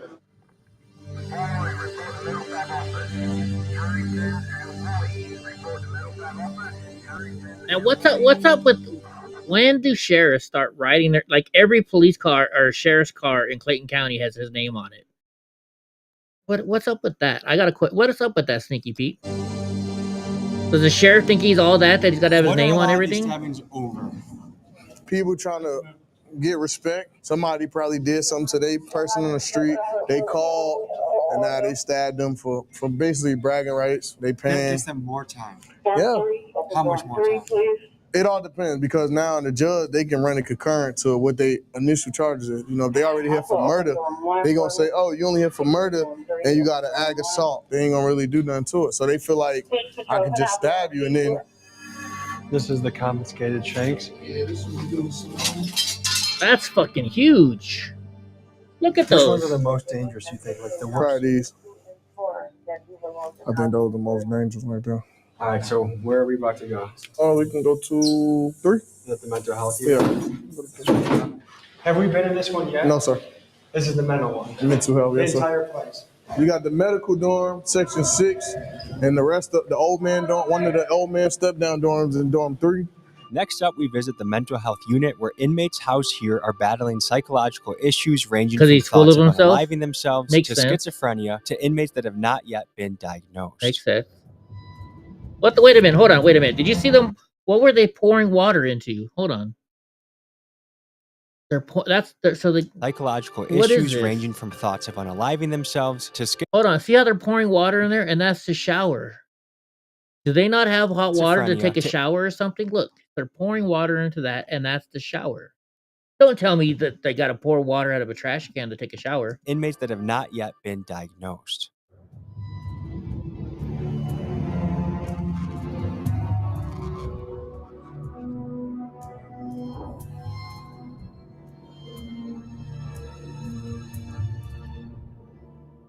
Tell me about this place. Hey, they violate people's constitutional rights out here. Hey, this supposed to be a mental health door. It's all filthy and stuff, you know what I'm saying? Yeah, right.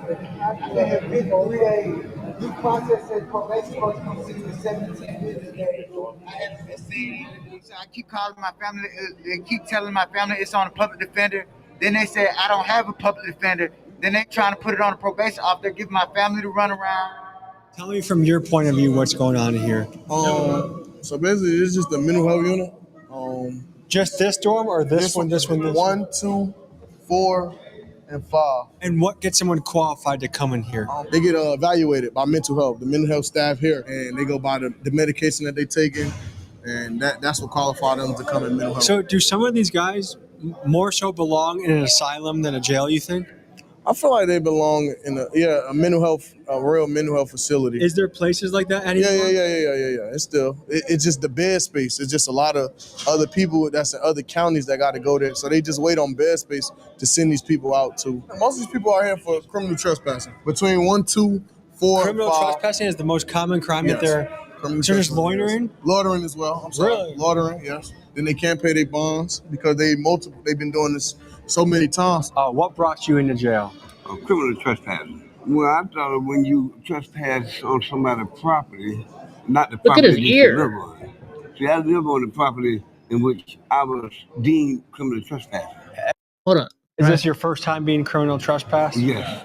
Okay. So how long are you going to be here for? Well, it just took place. Look this at his past week, fucking so ear. I'm hoping not to be here no longer than the time it takes me to go to court. Hey, y'all look at this. It's from these bugs and stuff in this jail, man. All over my What kind of bugs you think? I'm not really sure, man. Like Bed bed bugs, bugs? body lice. It's in between my How long have eyes you been here? For about a little over a month. And what are you here for allegedly?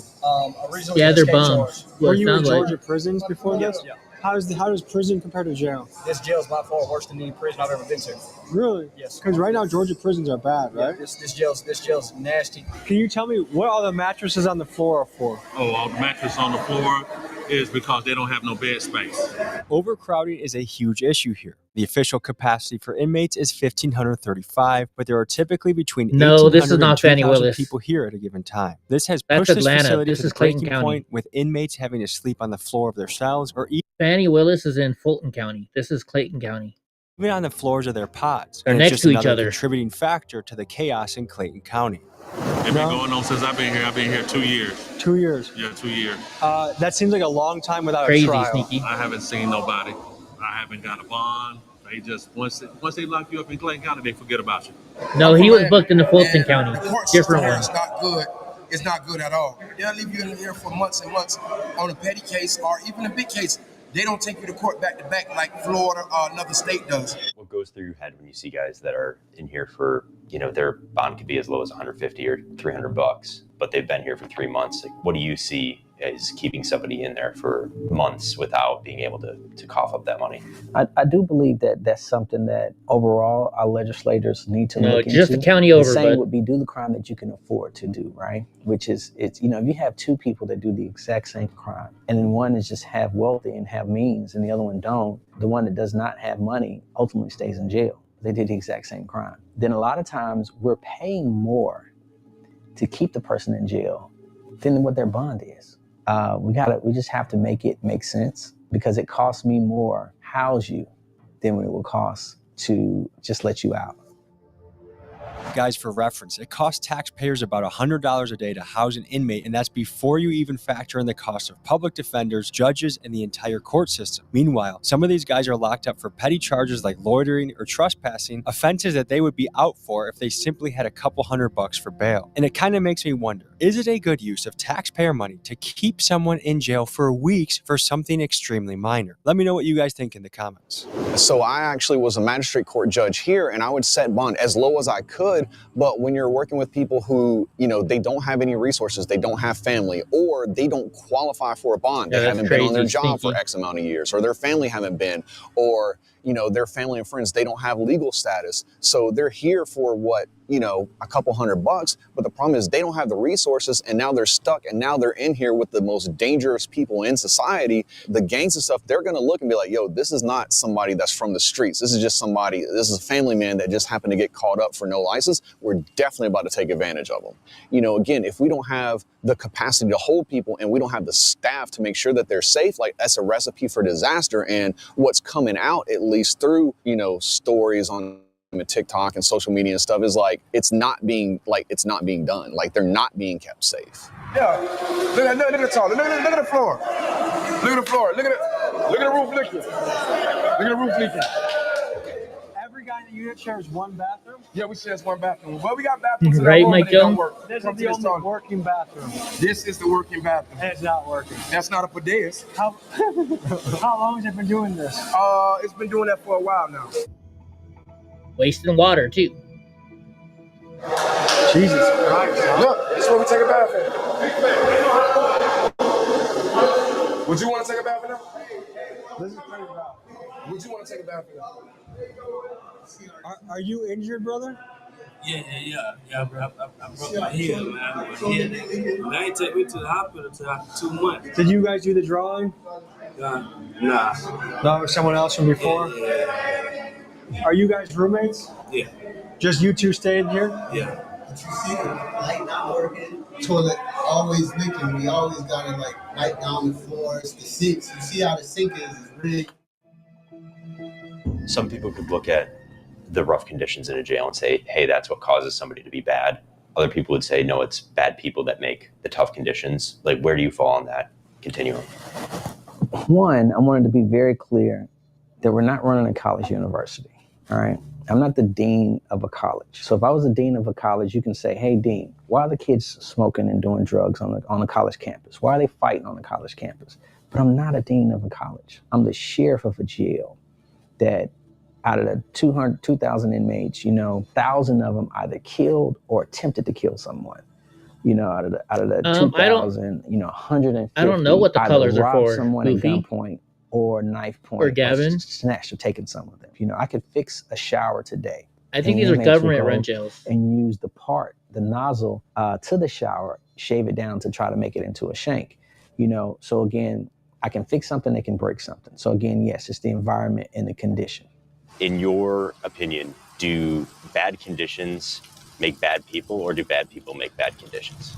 I think that when you put even good people, when you put good people in conditions where they're in like survival mode, human nature is going to tell you, hey man, like no matter where you are, I got to survive. I don't think that necessarily defines who someone is. When I get out of that situation, it's like, hey, I'm going back to normal. I mean, it's the same situation as, people in the military. You don't ask people in the military, hey, have you ever shot and killed someone? Like, that's just a thing you don't do. In that situation, they may had to have do something that they normally would not do, but for their life or their safety being on the line. They all feel like the murder don't. Oh, I didn't shoot this person. I didn't do this. I didn't kill this person. I didn't beat this person. But the amount of these guys that are in here for no reason, I would guess there's a reason. Everybody feel like they're not in here for no reason. It's a reason why they're in here.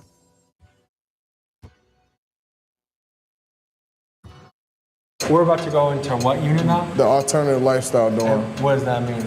Gay. The LGBTQ community. Are you forgetting some letters? Emma? You're being so rude right now. Emma said, I don't know, I don't say it.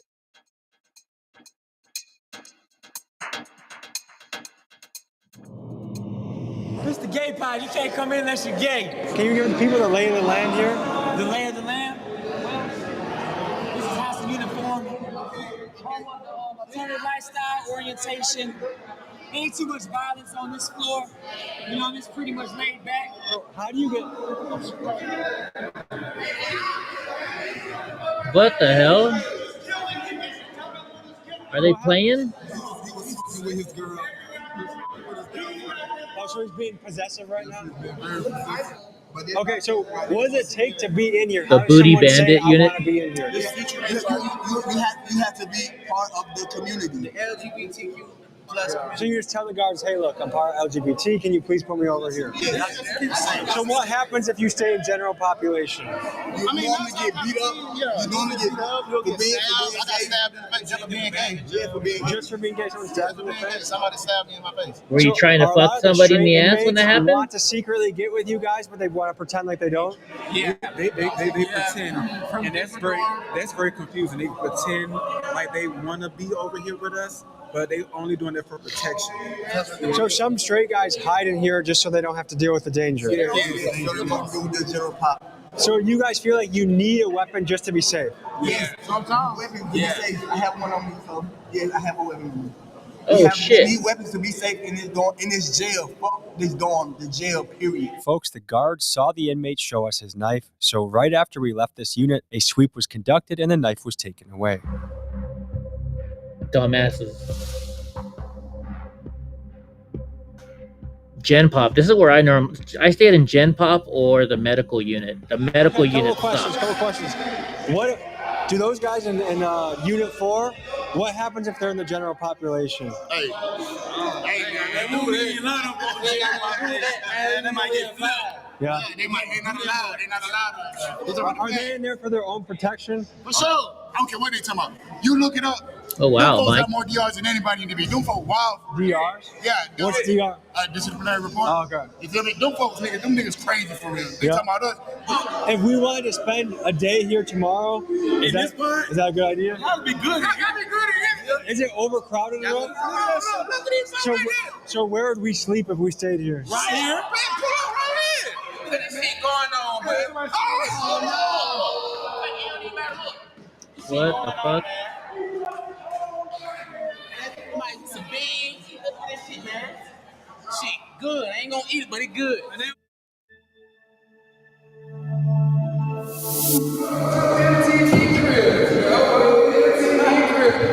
So where are we right now? Lionel Richie. Right now we in the honor dorm. The major pick every person. Like it's like at least 10 people in here. So what does it take to be in here? Outstanding inmate, don't get in no trouble, and a good background. There's only 10 people in here. 10 people. Sure, here, bring going. Yes, sir. Now look. Let me just say, look at the Whoa. difference of this cell, how Yeah, clean for sure. and nice it is compared to some of the other ones. For sure, free the guys. Man. So let me ask you this, because this is such a nice cell compared to what we've seen, is that simply because you put a lot of effort into caring for it? Yes, sir. We have So the cells that look like shit, is that because the inmates don't take That's care of because they don't take care of this.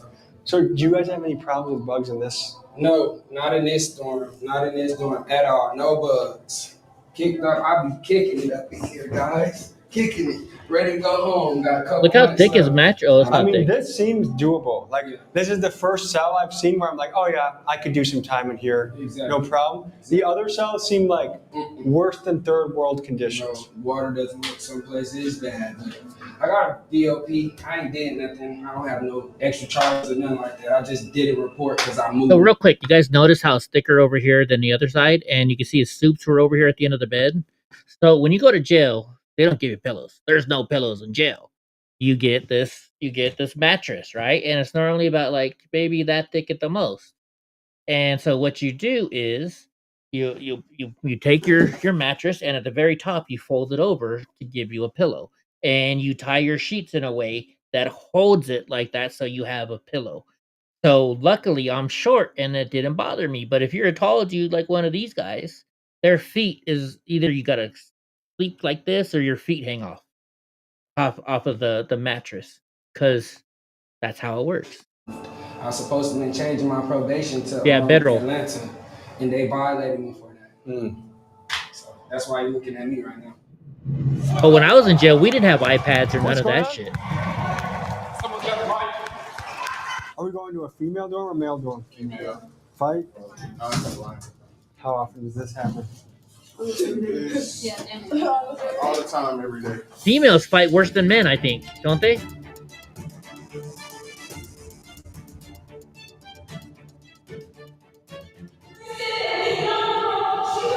Oh, it's a white girl.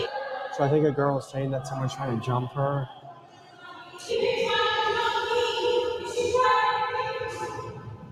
The non-compliance, what was that all about? Just an inmate not following orders. So she wants attention. She wants to say her side of the story. A little attention. Gotcha. Okay. We gotta go. We'll be back in the morning, okay? Yeah, pull up here for sure. All right, folks, this was a look into the Clayton County Jail in Georgia, and we saw everything from the guard's perspective, the inmate perspective, the safe, the dangerous, and everything in between. Thank you to Greg of Lucky 8, who does, he makes Netflix documentaries, including 60 Days In. He's the one that got us in here.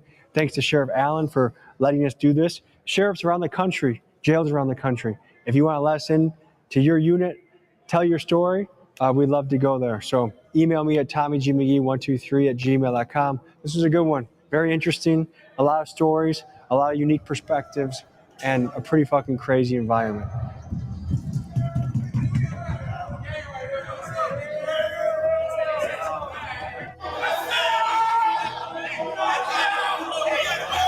I wouldn't doubt that, Sneaky Pete.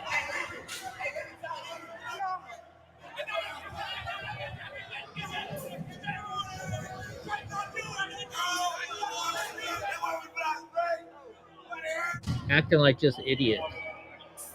But then I Very guess what else they interesting day on gotta the do? job, a lot of thoughts going through my head, and I got to experience this as a journalist. But next week, you'll get to see an episode where I experience this as an inmate. It's going to be crazy.